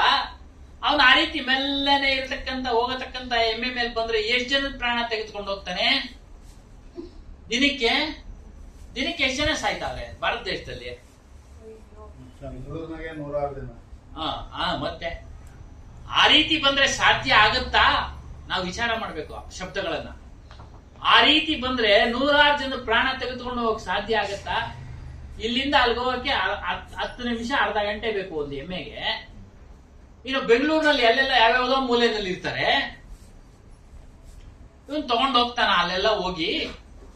ಅದೆಲ್ಲ ಭ್ರಮೆ ಮಾತುಗಳು. ವಿಚಾರ ಮಾಡಿ. ಏನಕ್ಕೆ ಸಾಮಾನ್ಯ ಜನರಿಗೆ ಇದು ಗೊತ್ತಾಗ್ಲಿ ಅಂತೇಳಿ ಯಮ ಅನ್ನೋದನ್ನ ಯಮ ಅಂತ ಎಲ್ಲರೂ ಮಾತಾಡ್ತಾರಲ್ವಾ. ಯಮ ಇದಾನೆ, ಯಮ ಕರ್ಕೊಂಡು ಹೋಗ್ತಾನೆ, ಅದಕ್ಕೆ ಆ ಪದಗಳನ್ನ ಉಪಯೋಗಿಸ್ತಾರೆ. ಸಾಮಾನ್ಯ ಜನರು ಈ ಕಡೆಗೆ ಬರಲಿ ಅಂತ, ಆಧ್ಯಾತ್ಮದ ಕಡೆ ಬರಲಿ ಅಂತ ಬಂದಾಗ ನಿಜವಾದ ಯಮನ ಪರಿಚಯ ಮಾಡಿಸ್ತಾರೆ. ಯಾರು ಯಮ? ನಮ್ಮ ಮನಸ್ಸೇ ಯಮ. ಬೀಜ ಗ್ರಂಥದಲ್ಲಿ ಹೇಳೋದು, ನಿನ್ನ ಮನಸ್ಸೇ ಯಮ. ಮನಸ್ಸನ್ನ ತೆಗೆದುಕೊಂಡು ಹೋಗ್ತು, ಮನಸ್ಸು ನಿನ್ನನ್ನ ತೆಗೆದುಕೊಂಡು ಹೋಗಿ ಎಲ್ಲೆಲ್ಲೋ ಆಗ್ತಾ ಇದೆ. ಈ ದೇಹವನ್ನ, ನಿನ್ನ ಜ್ಞಾನೇಂದ್ರಿಯವನ್ನ ತೆಗೆದುಕೊಂಡು ಎಲ್ಲೆಲ್ಲೋ ಆಗ್ತಾ ಇದೆ. ಪಂಚ ವಿಷಯಗಳ ಕಡೆ ತೆಗೆದುಕೊಂಡು ಹೋಗ್ತಾ ಇದೆ, ಶಬ್ದಗಳ ಕಡೆ ತೆಗೆದುಕೊಂಡು ಹೋಗ್ತಾ ಇದೆ. ಹಾಗಾಗಿ ಆ ಮನಸ್ಸೆಮ್ಮ ಯಮನನ್ನ ಕಟ್ಟಾಕಿ. ನಿಮ್ಮ ಆತ್ಮ ಒಡೆಯ, ಯಮ ಗುಲಾಮ ಆಗ್ಬೇಕು. ಕಬೀರ್ ಸಾಹೇಬ್ ಹೇಳೋದು ಹೇಳ್ತಾರೆ, ಆತ್ಮ ಒಡೆಯನಾಗ್ಬೇಕು, ಮನಸ್ಸು ಗುಲಾಮ ಆಗ್ಬೇಕು. ಉಲ್ಟಾ ಆಗ್ಬಿಟ್ಟಿದೆ ಇಲ್ಲಿ. ಮನಸ್ಸು ಒಡೆಯಾಗಿದ್ದಾನೆ, ನಿನ್ನ ಪ್ರಜ್ಞೆಯನ್ನ ಅವನು ವಶ ಮಾಡ್ಕೊಂಡಿದ್ದಾನೆ, ನಿನ್ನ ಅರಿವನ್ನ ಅವನು ವಶ ಮಾಡ್ಕೊಂಡಿದ್ದಾನೆ, ಸುತ್ತಿಸ್ತಾ ಇದ್ದಾನೆ. ಪಂಚ ವಿಷಯಗಳಲ್ಲಿ ಸುತ್ತಿಸ್ತಾ ಇದ್ದಾನೆ. ಹಾಗೆ ಶಬ್ದಗಳ, ಅದಕ್ಕೆ ಕಬೀರ್ ಸಾಹೇಬರ ವಚನ ಎಲ್ಲರ ವಚನನು. ನಮ್ಗೆ ನಾವು ಕನ್ನಡ ಮಾಧ್ಯಮ ಸ್ಕೂಲ್ದಲ್ಲಿ ಓದೋರು ಮಂಕುತಿಮ್ಮನ ಕಗ್ಗ ಕನ್ನಡ ಬಿಡಿಸಕ್ಕಾಗಲ್ಲ ಸ್ವಾಮಿ ಅಲ್ವರ. ಹಾಗೆ ಇದೇ ರೀತಿ ಹಿಂದಿ ವಚನ, ಹಳೆ ಹಿಂದಿಗಳು, ಆಡು ಭಾಷೆಗಳು ನಮ್ಗೆ ಬಿಡಿಸಕ್ಕಾಗಲ್ಲ. ಅದಕ್ಕೆ ಬಿಡಿಸೋದಿಕ್ಕೆ ಗುರು ಬೇಕು. ಡಿಕೋಡ್ ಮಾಡ್ಬೇಕಲ್ಲ. ಅವ್ರು ಕೋಡ್ನಲ್ಲಿ ಬರ್ದ್ಬಿಟ್ಟು ಹೋಗ್ಬಿಟ್ಟವ್ರೆ ಗುಪ್ತ ಅರ್ಥದಲ್ಲಿ. ಅದನ್ನ ಡಿಕೋಡ್ ಮಾಡಿ ನಾವು ತಿಳ್ಕೊಳ್ಬೇಕು. ಅರ್ಥ ಆಯ್ತಾ ಸ್ವಾಮಿ? ಕೋಡ್ ವರ್ಡ್ಸ್ ಎಲ್ಲ ಇವೆಲ್ಲ ರಹಸ್ಯ ಪದಗಳು. ಅದನ್ನ ಡಿಕೋಡ್ ಮಾಡಕ್ಕೆ ಗುರು ಬೇಕು. ಆ ಗುರು ಇನ್ನೊಂದು ಗುರುವಿಂದ ಕಲ್ತಿರ್ತಾರೆ ಅದನ್ನ ಡಿಕೋಡ್ ಮಾಡೋದು. ಕಂಪ್ಯೂಟರ್ ಎಲ್ಲಿಂದ ಕಲಿತೀವಿ? ಗುರುಗಳಿಂದ ಕಲಿತೀವಿ. ನಾವು ಇನ್ನೊಬ್ರಿಗೆ ಹೇಳ್ಕೊಡ್ತೀವಿ. ಶಿಕ್ಷಣ ನಾವು ABCD ಎಲ್ಲಿ ಕಲ್ತ್ವಿ? ಗುರುಗಳಿಂದ ಕಲ್ತ್ವಿ. ಅಪ್ಪ ಅಮ್ಮ ಅನ್ನೋದು ಎಲ್ಲಿ ಕಲ್ತ್ವಿ? ಮನೆಯಿಂದ ಕಲ್ತ್ವಿ. ನಮ್ಮ ಮಕ್ಕಳಿಗೆ ನಾವು ಹೇಳ್ಕೊಡ್ತೀವಿ. ಅಪ್ಪ ಅನ್ನೋ, ಅಮ್ಮ ಅನ್ನೋ, ಮಾಮ ಅನ್ನೋ. ಆಯ್ತು ಸ್ವಾಮಿ? ಅಜ್ಜಿ ಅನ್ನೋ, ತಾತ ಅಜ್ಜಿ ಅನ್ನೋ, ಅಮ್ಮ ಅನ್ಬೇಡ ಒಳ್ಳೇದಲ್ಲ ಅಂತ. ಅದನ್ನು ಅಲ್ಲೇನಮ್ಮ? ಅದಕ್ಕೂ ಒಂದ್ ಹೇಳ್ಬಿಡ್ತೀನಿ. ನೋಡಿ ಏನ್ ಸ್ವಾಮಿ? ಇನ್ನೊಂದು ವಿಚಾರ ಗಮನದಲ್ಲಿ ಇಟ್ಕೊಳ್ಳಿ. ಹೆಂಗಸರು ನಾವೆಲ್ಲ ಹಳೆ ಬಟ್ಟೆ ಹಾಕ್ತೀವಿ, ಹುಟ್ತಾನೆ ನೋಡಿ, ಅದು ಒಳ್ಳೇದಲ್ಲ. ಲಿಂಗಾಯತರು ಹೊಸಬಟ್ಟೆ ಹಾಕ್ತಾರೆ, ಮಾರ್ವಾಡಿಗಳು ಹೊಸಬಟ್ಟೆ ಹಾಕ್ತಾರೆ. ಅದು ಏನು? ಸಂತರ್ನ ಬಟ್ಟೆ ಸಂತರ ಕಡೆಯಿಂದ ತೆಗೆದುಕೊಂಡು, ಗುರುಗಳ ಕಡೆಯಿಂದ ತೆಗೆದುಕೊಂಡು ಅದರಲ್ಲಿ ಅದನ್ನ ಆ ಹುಟ್ಟಿದ ಮಗುನ ಅದರಲ್ಲಿ ಇಡ್ತಾರೆ. ಏನ್ ಸ್ವಾಮಿ? ಏನಮ್ಮ ಗೊತ್ತಿದ್ಯಾ? ನಾನ್ ಮೊನ್ನೆ ಅದ್ರ ವಿಚಾರ ಕೇಳಿದೆ. ಯಾಕೆ ಅಂತ ಅಂದ್ರೆ ಆ ಒಂದು ಸಂಸ್ಕಾರ ನಮ್ಮ ಮಗುಗೂ ಬರ್ಲಿ ಅಂತ. ಈ ಹಳೆ ಬಟ್ಟೆ ಯಾರ್ಯಾರೋ ಇಟ್ಕೊಂಡಿರ್ತಾರೆ, ಅದೇ ಸಂಸ್ಕಾರ ಬರುತ್ತೆ ಅನ್ನೋ ಒಂದು ಭಾವನೆ ಅದು ಕೆಲಸ ಮಾಡುತ್ತೆ ಸ್ವಾಮಿ. ಅದಕ್ಕೇನೆ ಗುರುಗಳ ಕಡೆಯಿಂದ ಆಶೀರ್ವಚನ, ಸ್ವಾಮಿ ನನ್ನ ತಲೆ ಮೇಲೆ ಕೈ ಇಡಿ ಸ್ವಾಮಿ, ಒಳ್ಳೇದಾಗಲಿ. ಇವಾಗೂ ಹಂಗೆ ಮಾಡ್ತಾರವಣ್ಣ, ಅದೇ ಯಾರು ಇದೇ ಮಾಡ್ಬೇಕು. ಬದಲಾವಣೆ ಮಾಡ್ಕೊಳ್ಬೇಕು. ಅದಕ್ಕೆ ಹೆಂಗಸರೆಲ್ಲ ನೀವು ಇದೀರಾ, ಬದಲಾವಣೆ ಮಾಡ್ಕೊಳ್ರಿ ಅಂತ ಹೇಳಿ ಮಾಡ್ಕೊಳ್ಳಿ, ಆಮೇಲೆ ಅವ್ರು ಮಾಡ್ಕೊಂತಾರೆ. ಅಷ್ಟೇ. ನೀವು ಪ್ರಾರಂಭ ಮಾಡ್ಬೇಕು. ಸತ್ಯ ಹುಟ್ಟಿದಾಗ ಗೊತ್ತಿಲ್ಲ, ನಾನು ಕೇಳಿದ್ದೆ ಮೊನ್ನೆ ಅಲ್ಲೇನಮ್ಮ. ಅಲ್ಲ ವಿಚಾರ ಗೊತ್ತಿಲ್ಲ, ಈಗ ಗೊತ್ತಾಯ್ತು, ಗೊತ್ತಾಯ್ತು. ಹೀಗೆ ಗೊತ್ತಾಯ್ತು. ಸತ್ಯ ಹುಟ್ಟಿದ ತಕ್ಷಣ ಹೊಸ ಬಟ್ಟೆ ತಗೊಂಡು ಹೊಸ ಬಟ್ಟೆಯಲ್ಲೇ ನೋಡಿ. ಬಿಳಿ ಬಟ್ಟೆಯಲ್ಲೇ ಹಾಕಿ ಕೊಟ್ಟಿದ್ವು. ಕೊಟ್ಟಿದ್ದು. ನನಗೆ ಮೊನ್ನೆ ಗೊತ್ತಾಯ್ತು ನೋಡಿ. ಇವ್ರು ಇಷ್ಟೊಂದು ದಿನ ಪರಿಚಯ, ನೀವು ಎಲ್ಲಿ ಅತ್ತಿಗೆ ಅವರು ಇಲ್ಲೇ. ಅವರು ಹೇಳಿಲ್ಲ. ಕೇಳಿ ಅವ್ರನ್ನ ನಾವು ಯಾರು ಅವರನ್ನೇ ಕೇಳಿದ್ವಿ, ಎಲ್ಲ ಹಿಂಗೆ ವಾಟ್ಸ್ಆಪ್ ನಲ್ಲಿ ಯೂಟ್ಯೂಬ್ ನಲ್ಲಿ ಹಾಕಿ ಕೇಳ್ತಾ ಹುಟ್ಟಿದ ಇದ್ದಾಗ ತಕ್ಷಣ ಲಿಂಗಾಯತರು ಸ್ಪೀಚ್ ಕೊಡ್ತಾರೆ. ಹೊಸ ಬಟ್ಟೆ ನಾವೆಲ್ಲಾರ್ದು ತೆಗೆದುಕೊಳ್ತಾ ಇರ್ತೀವಿ, ಎಲ್ಲಾರು ತೆಗೆದುಕೊಂಡು ಹೇಳ್ತಾ ಇರ್ತೀವಿ. ಅದಕ್ಕೆ ಇವಾಗ ನೆನಪು ಬಂತು, ಹೇಳಿದೀನಿ, ಮುಂದಕ್ಕೆ ಮಾಡಿ. ಅದಕ್ಕೇನೆ ಗುರುಗಳು ಸ್ಪರ್ಶ ಮಾಡ್ಲಿ. ತಿರುಗಿ ಗುರುಗಳ ಹತ್ರನೇ ಫಸ್ಟ್ ಇದು ಮಾಡ್ಸ. ಯಾನ ಮೂಲಂ ಗುರೋರ್ ಮೂರ್ತಿ, ಪೂಜಾ ಮೂಲಂ ಗುರುಪಾದಂ, ಮಂತ್ರ ಮೂಲಂ ಗುರು ವಾಕ್ಯಂ, ಮೋಕ್ಷ ಮೂಲಂ ಗುರು ಕೃಪಾ. ಗುರು ಕೃಪೆ ಇದ್ರೆ ಮೋಕ್ಷ. ಧ್ಯಾನಕ್ಕೆ ಗುರುವಿನ ಮೂರ್ತಿ ಬೇಕು ನಮ್ಗೆ. ಕಬೀರ್ ಸಾಹೇಬ್ ನಾವು ನೋಡಿಲ್ಲ, ಅವ್ರ ಫೋಟೋ ಇಟ್ಟಿದೀವಿ. ಇವತ್ತು ಕಬೀರ್ ಜಯಂತಿ, ಇವತ್ತು ಕಬೀರ್ ಹುಟ್ಟಿದ ದಿನ. ಅವ್ರು ಹೇಗೆ ಹುಟ್ಟಿದ್ರು ಅದು ರಹಸ್ಯ, ನೀವು ಬರ್ಲಿಲ್ಲ, ಎಲ್ಲ ಹೇಳ್ಬಿಟ್ವಿ. ಪ್ರಕಟ ಆದ್ರು ಅಂತ, ವಿಧವೆ ಹುಟ್ಟಿದ್ರು ಅಂತ, ಅದು ರಹಸ್ಯ. ಅದನ್ನೆಲ್ಲ ನಾವು ಪಕ್ಕಕ್ಕೆ ಇಡೋಣ. ನಮ್ ನಂಬಿಕೆ. ಒಂದು ಕಾಲ ನಮ್ದು ಸಂಘ ಆಂಧ್ರ ದೇವಂಗ ದೊಡ್ಡ ಯಾವ ಏನಾದ್ರು ಬೈತಾ ಇದ್ರ ಕಾಲೊಂದು ಕಾಲಿಕ್ಬಿಟ್ಟು ಅಲ್ಲ ಬಂದಿದ್ ಸಂತೋಷ ಇಲ್ಲಿ ಬಂದ್ರಲ್ಲ, ಅಲ್ಲ ಹೇಳ್ಬಿಟ್ಟೆ ಅಂತ ಹೇಳ್ತಾ ಇದ್ದೀನಿ. ನೋಡಿ, ಆ ದಾಮಾಕೇಡ ಪರಂಪರೆ ಅವ್ರದ್ದು. ಅವರು ಧನಿ ಧರ್ಮದಾಸ್ ಅಂತ ಬರ್ದಿದ್ದಾರೆ ಒಂದ್ ಚಿತ್ರ, ಈ ರೀತಿ ಇದ್ರು ಅಂತ. ಯಾನ ಮೂಲಂ ಗುರುರ್ ಮೂರ್ತಿ. ಕಬೀರ್ ಹಿಂಗಿದ್ರು. ನಮ್ ಗುರುಗಳು ನಾವು ನೋಡಿದೀವಿ, ಬೇರೆಯವ್ರು ನೋಡಿರಲ್ಲ. ಅದಕ್ಕೆ ಒಂದು ಚಿತ್ರ. ಈ ರೀತಿ ಹನುಮಾನ್ ಸಾಹೇಬ್ರಿದ್ರು ಅಲ್ವಲ್ಲ, ಹನುಮಾನ್ ಸಾಹೇಬ್ರಿದ್ರು. ಧ್ಯಾನ ಮೂಲಂ ಗುರುರ್ ಮೂರ್ತಿ. ನೀವು ಧ್ಯಾನ, ಗುರು ನಮ್ ಮುಂದೆ ಇದಾನೆ ಅಂತೇಳಿ ನಮ್ಗೆ ಅದೇ ಹೇಳಿದ್ದು. ನಮ್ಗೆ ಗುರುಗಳು ನಮಗ್ ದೀಕ್ಷೆ ಕೊಟ್ಟಾದ್ಮೇಲೆ ನಿನ್ನ ಕಣ್ಣು ಮುಂದೆ ಗುರು ಇದಾರೆ ಅಂತ ಭಾವಿಸ್ಕೊಂಡು, ನೆನಪು ಮಾಡಿಕೊಂಡು ಮನನ ಮಾಡು, ಮಂತ್ರೋಚ್ಚಾರಣೆ ಮಾಡು, ಕೊಟ್ಟಿರೋ ಮಂತ್ರನ ಉಚ್ಚಾರಣೆ ಮಾಡ್ಕೋ. ಧ್ಯಾನ ಮೂಲಂ ಗುರುರ್ ಮೂರ್ತಿ, ಪೂಜಾ ಮೂಲಂ ಗುರುಪಾದವನ್ನು ಪೂಜೆ ಮಾಡು. ಎಲ್ಲಾ ತೀರ್ಥಗಳು ಅಲ್ಲಿ ಅಡಗಿದವೆ. ಅದ್ರ ಮುಂದೆ ಯಾವ ದೇವಿ ದೇವತಾದಿಗಳು ಏನು ಮಾಡೋದಿಲ್ಲ, ನಿನ್ನ ಏನು ಮಾಡೋದಿಲ್ಲ. ಯಾವ ಭೂತ ಪ್ರೇತಗಳು ಏನು ಮಾಡೋದಿಲ್ಲ, ಏನು ಮಾಡ್ಲಿಕ್ಕಾಗದಿಲ್ಲ. ನನ್ನ ಒಂದು ಉದಾಹರಣೆ ಹೇಳ್ಬಿಡ್ತೀನಿ. ಏನಪ್ಪಾ ಎಲ್ಲ ನಮ್ಮ ಉದಾಹರಣೆ ಹೇಳಿದ್ರೆ ಅಲ್ವಾ ಸ್ವಲ್ಪ ಗೊತ್ತಾಗೋದು. ಭೂತ ಪ್ರೇತ ಇಲ್ಲ ಅಂತೇಳಿ ಕಬೀರ್ ಸಾಹೇಬ್ರು ವಾದ. ನಾನು ಹೊಸದಾಗಿ ಮದುವೆ ಆಗಿರೋದು ಅವಾಗ ಧ್ವಂಸಂದ್ರ, ಇಲ್ಲಿಂದ ಒಂದು 4 ಕಿಲೋಮೀಟರ್. ಇದೆಲ್ಲ ನಮ್ಮ ಸ್ವಂತ ಅನುಭವ. ನಮ್ಮ ದೊಡ್ಡಪ್ಪನ ಮನೆ ಆ ಕಡೆ ಬೀದಿ, ಈ ಕಡೆ ಒಂದು 2-3 ಬೀದಿ. ಅಲ್ಲಿಂದ ಬರ್ಬೇಕಾದ್ರೆ ನನ್ನ ಕನಸಿನಲ್ಲಿ, ಇವ್ರು ಹೇಳ್ದಂಗೆ ಕನಸಿನಲ್ಲಿ ಯಾವುದೋ ಒಂದು ಮಹಿಳೆ ಬಂದು ನನ್ನ ಅಪ್ಪಿ ಹಿಡ್ಕೊಂಡಂಗೆ ಕನಸಿನಲ್ಲಿ. ಆಗ ನಾನು ಗುರುಸ್ಮರಣೆ ಮಾಡಿದೆ. ಸ್ವಾಮಿ, ಮಲಗಿದಾಗ ರಾತ್ರಿ ಹೊತ್ತು ಅಂತ ಹೇಳ್ತಾ ಇದ್ದೀನಿ, ಸ್ವಪ್ನದಲ್ಲಿ ಅಪ್ಪಿ ಹಿಡ್ಕೊಂಡಂಗೆ. ಯಾವಾಗ ಗುರುಸ್ಮರಣೆ ಮಾಡಿದ್ನೋ ಮುಟ್ಟಕ್ಕಾಗಲ್ಲ ಅವಳು ಆಕೆ ಕೈಯಿಂದ. ಆಕೆ ನನ್ನನ್ನು ಮುಟ್ಟಕ್ಕಾಗಲಿಲ್ಲ. ಅಷ್ಟು ಆ ಬೆಂಕಿ ಇದ್ದಂಗೆ ಗುರುಸ್ಮರಣೆ. ಕನಸಿನಲ್ಲೇನೆ ಆತರ ಚೆನ್ನಾಗಿ ಕೊಡುಕೊಂಡೋಗಿ ವಿಕಾರವಾಗಿ ನಿಂತ್ಕೊಂಡ್ಬಿಟ್ಲು ಅವಳು. ವಿಕಾರ ತೋರಿಸ್ತಾರಲ್ಲ ಫಿಲಂಗಳಲ್ಲಿ, ಆತರ ಫಿಲಂ ಆತರ. ಒಬ್ಬ ಸಾಮಾನ್ಯ ಗುರುಗಳನ್ನ ಕೇಳಿದ್ದಕ್ಕೆ, ಗುರುವಿನಲ್ಲಿ ಅಷ್ಟು ಶಕ್ತಿ ಇದೆಯಾ ಕಣೆ, ಇದೆಯಪ್ಪ, ನೀನ್ ಗುರುನ್ ಬಿಡ್ಬೇಡ ಅಂದ್ರು. ಅದಿದೆಯೋ ಇಲ್ಲೋ ಗೊತ್ತಿಲ್ಲ. ನಮ್ಮ ಕನಸಿನ, ಇವ್ರ ಕನಸು ಹೇಳ್ದಂಗೆ ನಾನು ಹೇಳ್ತಾ ಇದ್ದೀನಿ. ಅರ್ಥ ಆಯ್ತಾ? ಗುರುವಿನಲ್ಲಿ ಅಷ್ಟು ಶಕ್ತಿ ಇದೆ, ಗುರು ವಿಚಾರದಲ್ಲಿ ಅಷ್ಟು ಶಕ್ತಿ ಇದೆ. ಆದ್ರೆ ನಾವು ಸಮರ್ಪಣೆ ಮಾಡ್ಕೊಳ್ಳಿ. ಧ್ಯಾನ ಮೂಲಂ ಗುರುರ್ ಮೂರ್ತಿ, ಪೂಜಾ ಮೂಲಂ ಗುರುರ್ ಮಂತ್ರ ಮೂಲಂ ಗುರುರ್ ವಾಕ್ಯಂ. ಏನೇನು ಶಬ್ದಗಳು ಹೇಳ್ತಾರೋ ವಾಕ್ಯಗಳು ಅವೆಲ್ಲ ಮಂತ್ರದಂತೆ ಕೆಲಸ ಮಾಡ್ತವೆ. ಅಳವಡಿಸ್ಕೊಳ್ಬೇಕು. ಅದಕ್ಕೆ ಗ್ರಹಿಸಿ ಧಾರಣೆ ಮಾಡ್ಕೊಳ್ಳಿ. ಸಂಶಯ ಇದ್ರೆ ಕೇಳಿ, ಸಂಶಯನ ಬಗೆಹರಿಸ್ಕೊಳ್ಬೇಕು. ಇಲ್ಲ ಅಂತ ಹೇಳಿಲ್ಲ. ಒಂದ್ ಸಂಶಯಕ್ಕೆ ಇನ್ನೊಂದು ಸಂಶಯ, ಇನ್ನೊಂದು ಸಂಶಯ ಅಂದ್ರೆ ಬೆಳಿತಾನೆ ಹೋಗ್ತಾ ಇರುತ್ತೆ. ನಾವು ಚಿಂತನೆ ಮಾಡ್ಕೊಂಡು ನಾವು ಅದನ್ನ ಅಲ್ಲಲ್ಲೇ ಕಟ್ ಮಾಡ್ಬೇಕು. ನಮ್ಗೇನ್ ಬೇಕು? ಜ್ಞಾನ ಬೇಕು. 84 ಲಕ್ಷ ಅಲ್ಲ 80 ಕೋಟಿ ಇಲ್ಲಿ ನಮ್ಗೇನಂತೆ ಏನ್ ಸಮಯ ಜೀವರಾಶಿಗಳು ನಮಗ್ ಬೇಕಾಗಿಲ್ಲ. ನನಗ್ ಬೇಕಾಗಿರೋದೇನು? ಬಿಡುಗಡೆ. ಸತ್ಯನಾಮದ ಸ್ಮರಣೆ, ಆತ್ಮದ ಸ್ಮರಣೆ ಮಾಡು ಅಂತ ಹೇಳಿದ್ದಾರೆ, ಗುರು ಸ್ಮರಣೆ ಮಾಡು ಅಂತ ಹೇಳಿದರೆ ಅದನ್ನ ಮಾಡೋಣ. ನಾವು ಅದನ್ನ ಮಾಡೋಣ. ಸಮರ್ಪಣೆ ಮಾಡ್ಕೊಳ್ಬೇಕು ಸ್ವಾಮಿ ಗುರುವಿಗೆ. ಒಬ್ಬ ಬ್ರಹ್ಮನಿಷ್ಠ ಗುರುವಿಗೆ ಶಿಷ್ಯನ ಎಲ್ಲಾ ವಿಚಾರಗಳು ಅರ್ಥ ಆಗ್ತವೆ ಸರ್. ಬ್ರಹ್ಮನಿಷ್ಠ ಅಂದ್ರೆ ಆತ್ಮನಲ್ಲಿ ನಿಷ್ಠೆ. ಬ್ರಹ್ಮ ಅಂದ್ರೆ ಆತ್ಮ, ಅದೆಲ್ಲ ವೇದಾಂತದ ಶಬ್ದ. ಬ್ರಹ್ಮ ಆತ್ಮ ಅನ್ನೋದು ಸಂಸ್ಕೃತ ಶಬ್ದ. ಅದರ ನಿಷ್ಠೆಯಲ್ಲಿ ಇರ್ತಕ್ಕಂಥ ಗುರುವಿಗೆ ಶಿಷ್ಯನ ಎಲ್ಲಾ ವಿಚಾರಗಳು ಅರ್ಥ ಆಗ್ತವೆ. ಎಲ್ಲ ವಿಚಾರಗಳು ಅರ್ಥ ಆಗ್ತವೆ.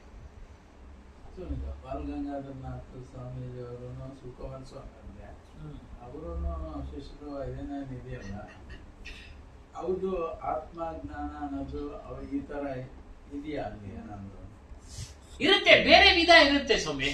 ವ್ಯಾಪಕ ಅನ್ನೋದು ಇರುತ್ತೆ, ಪೂಜೆ ಪುನಸ್ಕಾರಗಳು ಇರ್ತವೆ. ಗುರುವಿನ ಪೂಜೆ ಪುನಸ್ಕಾರಗಳಲ್ಲಿ ಎರಡು ಮಾತಿಲ್ಲ, ಅವ್ರವ್ರ ಪದ್ಧತಿ ಮಾಡ್ಕೊಳ್ಳಿ. ಆದ್ರೆ ಆತ್ಮಜ್ಞಾನ ಪೂಜೆ ಬಂದಾಗ ಮೂರ್ತಿ ಪೂಜೆ ಅದೆಲ್ಲ ಬಿಟ್ರೆ ನಮ್ಗಿದು ಸಿಗೋದು ನಾನು ಹೇಳೋದು ಅಲ್ಲಿ ಅಲ್ಲ. ಅಲ್ಲ ವಿಚಾರ ಸಾಮಾನ್ಯವಾಗಿ ಹೇಳ್ತೀವಿ ನಾವು, ಅಲ್ಲೆಲ್ಲ ಪ್ರವೇಶ ಮಾಡಿಲ್ಲ, ನೋಡಿಲ್ಲ, ಅರ್ಥ ಆಯ್ತಾ? ಅದನ್ನ ನಾವು ಹೇಳಕ್ಕೂ ಆಗೋದಿಲ್ಲ. ಪೂರ್ತಿ ಒಳಕ್ ಹೋಗಿ ನೋಡಿರಲ್ಲ. ಸುಮ್ಮನೆ ಮೇಲ್ ನೋಡ್ಬೇಕು ನಾವು. ಇದೇ ನಮ್ಗೆ ಅವು ಸತ್ಯ ಜ್ಞಾನ ಸಿಕ್ಬಿಟ್ಟೈತಲ್ಲ, ಅದನ್ನ ಯಾಕೆ ಸಮಯನ ನಮ್ಗೆ ಅವಾಗೆ ಮಾತನಾಡ್ತಾ ಗಂಗಾಧರನಾಥ್ ಸ್ವಾಮಿ ಅವರು ಆತ್ಮದ ಬಗ್ಗೆ ಹೇಳೋದು. ನಾನು ಚಿಕ್ಕಬಳ್ಳಾಪುರದಲ್ಲಿ ಅವ್ರದ್ದು ದೊಡ್ಡ ಫಂಕ್ಷನ್ ಹೇಳಿದ್ರು. ಅವ್ರ ಶಿಷ್ಯರವರೆಲ್ಲ ಈಗಿರೋರು ತುಂಬಾ ಆತ್ಮಜ್ಞಾನಿಗಳವರು. ಚಿಕ್ಕಬಳ್ಳಾಪುರದ ಓಂಕಾರ ಜ್ಯೋತಿ ಮಠಕ್ಕೆ ಕರೆಸಿದ್ರು. ಅಲ್ಲಿ ಭಾಷಣ ಮಾಡಿದ್ರು. ಆತ್ಮಾನಾತ್ಮ ವಿಚಾರವನ್ನೇ ಹೇಳಿದ್ರು ಅರ್ಧ ಗಂಟೆ. ಪಬ್ಲಿಕ್ ಅಲ್ಲಿ ಅಷ್ಟಾಗಿ ಹೇಳಿದ್ರು ಅವ್ರ ಒಳಗಡೆ ಅದು ವಿದ್ಯೆ ಅದೆಲ್ಲ ಮಾಡ್ತಾ ಇರ್ತಾರೆ. ಅವರು ಇಲ್ಲ ಮಾಡದೇ ಇರೋದಿಲ್ಲ. ಪಬ್ಲಿಕ್ ನಲ್ಲಿ ಹೆಂಗ್ ಮಾತಾಡ್ಬೇಕೋ ಮಾತಾಡ್ತಾರೆ. ಜನಕ್ಕೆ ಬರಲ್ಲ, ಜನ ಬರಲ್ಲ ಇಲ್ಲ ಆದಂಗ ಆತದೆ. ಅದರಿಂದ ಇಲ್ಲಿ ಆ ಕಡೆ ಈಗ ನಮ್ಗೆ ಸತ್ಯ ಜ್ಞಾನ ಸಿಕ್ಬಿಡ್ತು, ನಮ್ಗೆ ಬೇರೆ ಕಡೆ ಹೋಗೋ ಅವಶ್ಯಕತೆ ಇಲ್ಲ. ಒಂದು ಉದಾಹರಣೆ ಹೇಳ್ತಾ ಜಾನಕಮ್ಮ ಅಂತ ಅವಲ್ಲೇ ಪ್ರಸ್ತಾಪ ಮಾಡಿದ್ರು. ಅವ್ರಿಗೂ ಗೊತ್ತು, ನಮ್ಮ ಆಶ್ರಮಕ್ಕೆ ಬರ್ತಾ ಇದ್ರು, ನೀವೆಲ್ಲ ನೋಡಿದ್ದೀರಲ್ಲ. ಅವರೆಲ್ಲ ನಿತ್ಯಾನಂದ ಸ್ವಾಮಿಗಳ ಶಿಷ್ಯರು. ಅವರೆಲ್ಲ ನಮ್ಮನ್ನೆಲ್ಲ ಕರೆದ್ರು. ಸ್ವಾಮಿ ನಮ್ಮ ತಾಯಿ ಹಿಂದೆ ಇದ್ರಲ್ಲ, ಏನ್ ಹೇಳ್ಬೇಕು? ಅವನ್ ಇಲ್ಲೇ ಇರ್ಲಿ, ಬೇರೆ ಎಲ್ಲೂ ಬೇಡ, ಹೋಗ್ರಿ ಅಂತ ನಮ್ಮನ್ನೆಲ್ಲ ಕರೆದ್ರು. ಬನ್ನಿ ಅಲ್ಲೂ ಸೇವೆ ಮಾಡಿ. ಏನಮ್ಮ ಹಿಂದೆನೆ ಇದು ನಮ್ಮ ತಾಯಿ, ಅವನೆಲ್ಲೂ ಬರೋದ್ ಬೇಡ, ಇಲ್ಲಿ ಚೆನ್ನಾಗಿದೆ, ಹೋಗಿ ಅನ್ಬಿಟ್ರು. ದೊಡ್ಡ ಮನುಷ್ಯರು ಅವರು. ಸುಮ್ಮನೆ ಹೋಗ್ಬಿಟ್ರು. ನಮ್ಗೆ ಅನುಕೂಲ ಆಯ್ತು ಎಲ್ಲ ಗುರುಕೃಪೆ. ಹಂಗೆ ನೋಡಿ, ಅವರ ಜ್ಞಾನಿಗಳು ಅದಕ್ಕೆ ಹೇಳೋದು, ತಾಯಿಯವರು ಹೇಳೋದು, ಸತ್ಯನಾಮದ ಜ್ಞಾನದಲ್ಲಿ ಇದ್ರು. ಸಾಕು ಅವನಿಗೆ, ಇಲ್ಲಿ ಚೆನ್ನಾಗಿದೆ ಗೂಢಾರ್ಥ, ಇಲ್ಲೇ ಸಾಕು, ಇಲ್ಲೇ ಚೆನ್ನಾಗಿದೆ, ಬೇರೆ ಎಲ್ಲೂ ಬೇಡ ಅವನು ಅಂತ. ಹಂಗೆ ಆ ರೀತಿಯಾಗಿ ಮಕ್ಕಳನ್ನು ಸಹ ನೆನೆ ಹೇಳ್ತಾ ಇದ್ದೀವಿ, ಮಕ್ಕಳನ್ನು ಕರ್ಕೊಂಬನ್ನಿ, ಸಂಸ್ಕಾರ ಕಲಿಸಿ. ಇದು ಅಲ್ಲಿ ಇಲ್ಲೂ ಅದೇ ಹೇಳ್ತೀವಿ. ನಿಮ್ ಮಕ್ಕಳು ನಿಮ್ ಮಾತು ಕೇಳುವಂತವರಾಗಿದ್ರೆ ಕರ್ಕೊಂಬನ್ನಿ, ಕೇಳುವಂತರಾಗ್ಲಿ, ಧನ್ಯರಾಗ್ಲಿ. ಅವ್ರ ಜೀವನದಲ್ಲಿ ಮಹತ್ತರವಾದ ಬದಲಾವಣೆ ಆಗುತ್ತೆ. ಧಾರಣೆ ಮಾಡಿಕೊಂಡಾಗ ಕೇಳೋದು ಬಿಡೋದ್ರಿಂದ ಅದು ಕೆಲವು ಸಮಯದಲ್ಲಿ ಕೆಲಸ ಮಾಡುತ್ತೆ. ಸ್ವಾಮಿ ಕೇಳಿದ್ರೆ ಯಾವ್ದೋ ಒಂದು ಕಾಲಕ್ಕೆ ಬರುತ್ತೆ, ಕೆಲವು ಸಮಯದಲ್ಲಿ ಕೆಲಸ ಮಾಡುತ್ತೆ. ಕೇಳಿ ಬಿಟ್ಟಿದ್ರು ಅವನ ನೆನಪು ಬಂದ್ರೆ ಅವನ ರಕ್ಷಣೆ ಮಾಡುತ್ತೆ ಆ ಶಬ್ದಗಳು. ಇನ್ನೊಂದಿನ ಉದಾಹರಣೆ ಹೇಳ್ತೀನಿ. ಹಾಗಾಗಿ ಗುರು ಗ್ರಹಿಸಲು ಗುರುವಿನ ಶಬ್ದವ ಯಮನಿಂದ ರಕ್ಷಿಸಲ್ಪಡುವನು. ಯಮನಿಂದ ನಾನು ಉಪದೇಶಿಸುವ ಶಬ್ದವ ಮನ್ನಿಸುವ ದಾಸರ ಸೇರಿಸುವೆ ಸತ್ಯಲೋಕವ ಎನ್ನುತ್ತಾ ನುಡಿದ ಕಬೀರ. ಏನು ನಾನು ಉಪದೇಶ ಅಂದ್ರೆ ಗುರು ಆದವರು ಏನು ಉಪದೇಶ ಮಾಡ್ತಾ ಇದ್ದಾರೆ ಅದನ್ನ ಸ್ವೀಕಾರ ಮಾಡಿ, ಮನ್ನಿಸುವಂತೆ ಸ್ವೀಕಾರ ಮಾಡಿ, ಮನ್ನಣೆ ಕೊಡಿ ಅದಕ್ಕೆ ಮನ್ನಣೆ ಕೊಡಿ ಅಂತ. ಯಾವಾಗ ನೀವು ಆ ಶಬ್ದಗಳಿಗೆ ಸತ್ಯಜ್ಞಾನದ ಶಬ್ದಗಳಿಗೆ ಮನ್ನಣೆ ಕೊಟ್ಟು ಗ್ರಹಿಸ್ತಿರೋ ನೀವು ಸತ್ಯಲೋಕವ, ಬೇರೆ ಯಾವ ಲೋಕ ಅಲ್ಲ ಸ್ವಾಮಿ, ನಿಮ್ಮ ಸ್ವರೂಪನೇ ಸತ್ಯಲೋಕ. ನಮ್ಮ ಸ್ವರೂಪವೇ ಸತ್ಯಲೋಕ, ಬೇರೆ ಯಾವುದೋ ಲೋಕ ಇಲ್ಲ. ಸೇರಿಸುವೆ, ಖಂಡಿತ ನೀನು ಅಲ್ಲಿ ಸೇರಿಸ್ತೀನಿ. ಆದ್ರೆ ನೀನು ಮನ್ನಿಸ್ಬೇಕು, ಮನ್ನಣೆ ಕೊಡ್ಬೇಕು ಶಬ್ದಗಳಿಗೆ. ಎರಡು ಮಾತಿಲ್ಲ. ಖಂಡಿತ ನೀನು ಮುಕ್ತನಾಗ್ತೀಯ ಅನ್ನೋದು ಅರ್ಥ. ಮುಕ್ತನಾಗೇ ಆಗ್ತೀಯ. ಹಾಗಾಗಿ ಇನ್ನು ಮೇಲೆ ಇದೇ ವಿಚಾರಗಳು ಮಾಡೋಣ. ಅದ್ರ ಜೊತೆಗೆ ಅವನು ಸಾಕಿ ಸಂಗ್ರಹ ಮನೆ ಹುಡುಕ್ತಾ ಇರ್ತೀನಿ ಪುಸ್ತಕಗಳು. ತೆಲುಗಿನವರು ಅನುವಾದ ಮಾಡಿರೋದು ಇದು ಕನ್ನಡಕ್ಕೆ. ಕರ್ನೂಲ್ ಜಿಲ್ಲೆ, ಆಂಧ್ರ ಪ್ರದೇಶ, ಆಲೂರು ಕುಮಾರಿ ಹತ್ತಿ ಬೆಳಗುಲು ರಾಮಲಿಂಗಮ್ಮ ಅಂತ. ಕನ್ನಡದಾಗೆ ಇರೋದು ಸರ್. ಕನ್ನಡದಾಗ ಅನುವಾದ ಮಾಡ್ಕೊಂಡಿದೆ. ಜೀವನ ಚರಿತ್ರೆ ಸ್ವಲ್ಪ ಇದೆ, ಎಲ್ಲ ಶಬ್ದಗಳು, ವಚನಗಳು, ದೋಹಾಗಳು ಎಲ್ಲ ಇದೆಲ್ಲ ಇದಾವೆ. ಜೆರಾಕ್ಸ್ ಮಾಡಿಸ್ಕೊಳ್ಳೋದಾದ್ರೆ ಮಾಡಿಸ್ಕೊಳ್ಳಿ, ಕೊಟ್ಟಿರ್ತೀನಿ. ಮುಂದಿನ ವಾರ ಇಟ್ಕೊಳ್ಳಿ.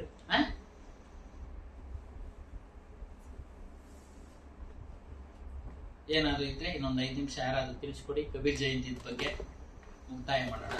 ಕಾಂತರಾಜ್ ಅವರು ತಿಳಿಸಿ, ಎಲ್ಲ ಪ್ರಿಪೇರ್ ಆಗ್ಲಿ. ಎಲ್ಲ ಒಬ್ಬೊಬ್ರೆ ಲೋಕೇಶ್ ಅವರು ತಿಳಿಸಿ ಒಂದು 5 ನಿಮಿಷ, ದಯಾನ್ ಅವರು ಒಂದು 5 ನಿಮಿಷ ತಿಳಿಸಿ, ಸದಾಶಿವಪ್ಪನವ್ರು ನಿಮ್ಮ ಅನುಭವ ತಿಳಿಸಿ, ಇಲ್ಲಿಗೆ ಬಂದ್ಮೇಲೆ ಏನೇನಾಯ್ತು ಅಂತ. ಸುಬ್ರಹ್ಮಣ್ಯ ಸ್ವಾಮಿಗಳು ಒಂದು ಉದಾಹರಣೆ, ಸೃಷ್ಟಿ ಬ್ರಹ್ಮದೇವನೇ ಮಾಡಿರೋದು ಅಂತ, ಸೃಷ್ಟಿ ಬ್ರಹ್ಮನ್ ಕರ್ತವ್ಯ ಅಂತ ಹೇಳ್ತಾ ಇದ್ರು. ಆ ಬ್ರಹ್ಮದೇವ ಸೃಷ್ಟಿ ಮೊದಲನೇ ಫಸ್ಟ್ ಈ ಸೃಷ್ಟಿ ಆಗೋದಕ್ ಮೊದಲು ಬ್ರಹ್ಮದೇವ ಭೂದೇವಿ ಹತ್ರಕ್ಕೆ ಬಂದಂತೆ, ಮಣ್ಣು ಕೊಡಮ್ಮ, ನಾನು ಬೊಂಬೆಗಳು ಮಾಡ್ಬೇಕು ಅಂತ ಹೇಳಿ. ಅವಾಗ ಆಯ್ತಪ್ಪ ಮಾಡು ಅಂತೇಳಿ, ತಗೋ ಅಂತೇಳಿ ಆ ಅವಕಾಶ ಕೊಡ್ತಾರೆ. ಆಮೇಲೆ ಆ ಅಮ್ಮ ಒಂದು ವರ ಕೇಳ್ತಾರೆ, ನೀನು ನನ್ಗೊಂದು ವರ ಕೊಡಬೇಕು ನೀನು ಅಂತ. ಏನದು ವರ ಅಂತಂದ್ರೆ, ನೀನು ಏನೇ ಬೊಂಬೆ ಮಾಡಿದ್ರು ನನ್ನಲ್ಲೇ ಐಕ್ಯವಾಗಬೇಕು, ಅದು ಮಣ್ಣಲ್ಲೇ ಐಕ್ಯವಾಗಬೇಕು, ನನ್ನಲ್ಲೇ ಐಕ್ಯವಾಗಬೇಕು. ಅದಕ್ಕೆ ಪ್ರತಿಯೊಂದು ಹೇಳಿದ್ರಲ್ಲ, ಲಕ್ಷ ಲಕ್ಷ ಜೀವರಾಶಿಗಳು, ಏನೇ ಜೀವರಾಶಿಗಳು ಬಂದ್ರೂ ಮಣ್ಣಲ್ಲೇ ಇದು ಆಗಬೇಕು ಅಂತ ಒಂದು ಸಾಕಿ ಹೇಳಿದ್ರು. ಮಣ್ಣಿಂದ ಕಾಯ ಮಣ್ಣಿಂದ ಅಂತ ಪುರಂದರದಾಸರು. ಧನ್ಯವಾದಗಳು ಸರ್. ರಸೀದಿ बोलिए सतनाम आदि कबीर साहेब की जय, सतगुरु श्री हनुमान साहेब की जय, गुरु माता जी की जय, सर्व संत महात्मा की जय।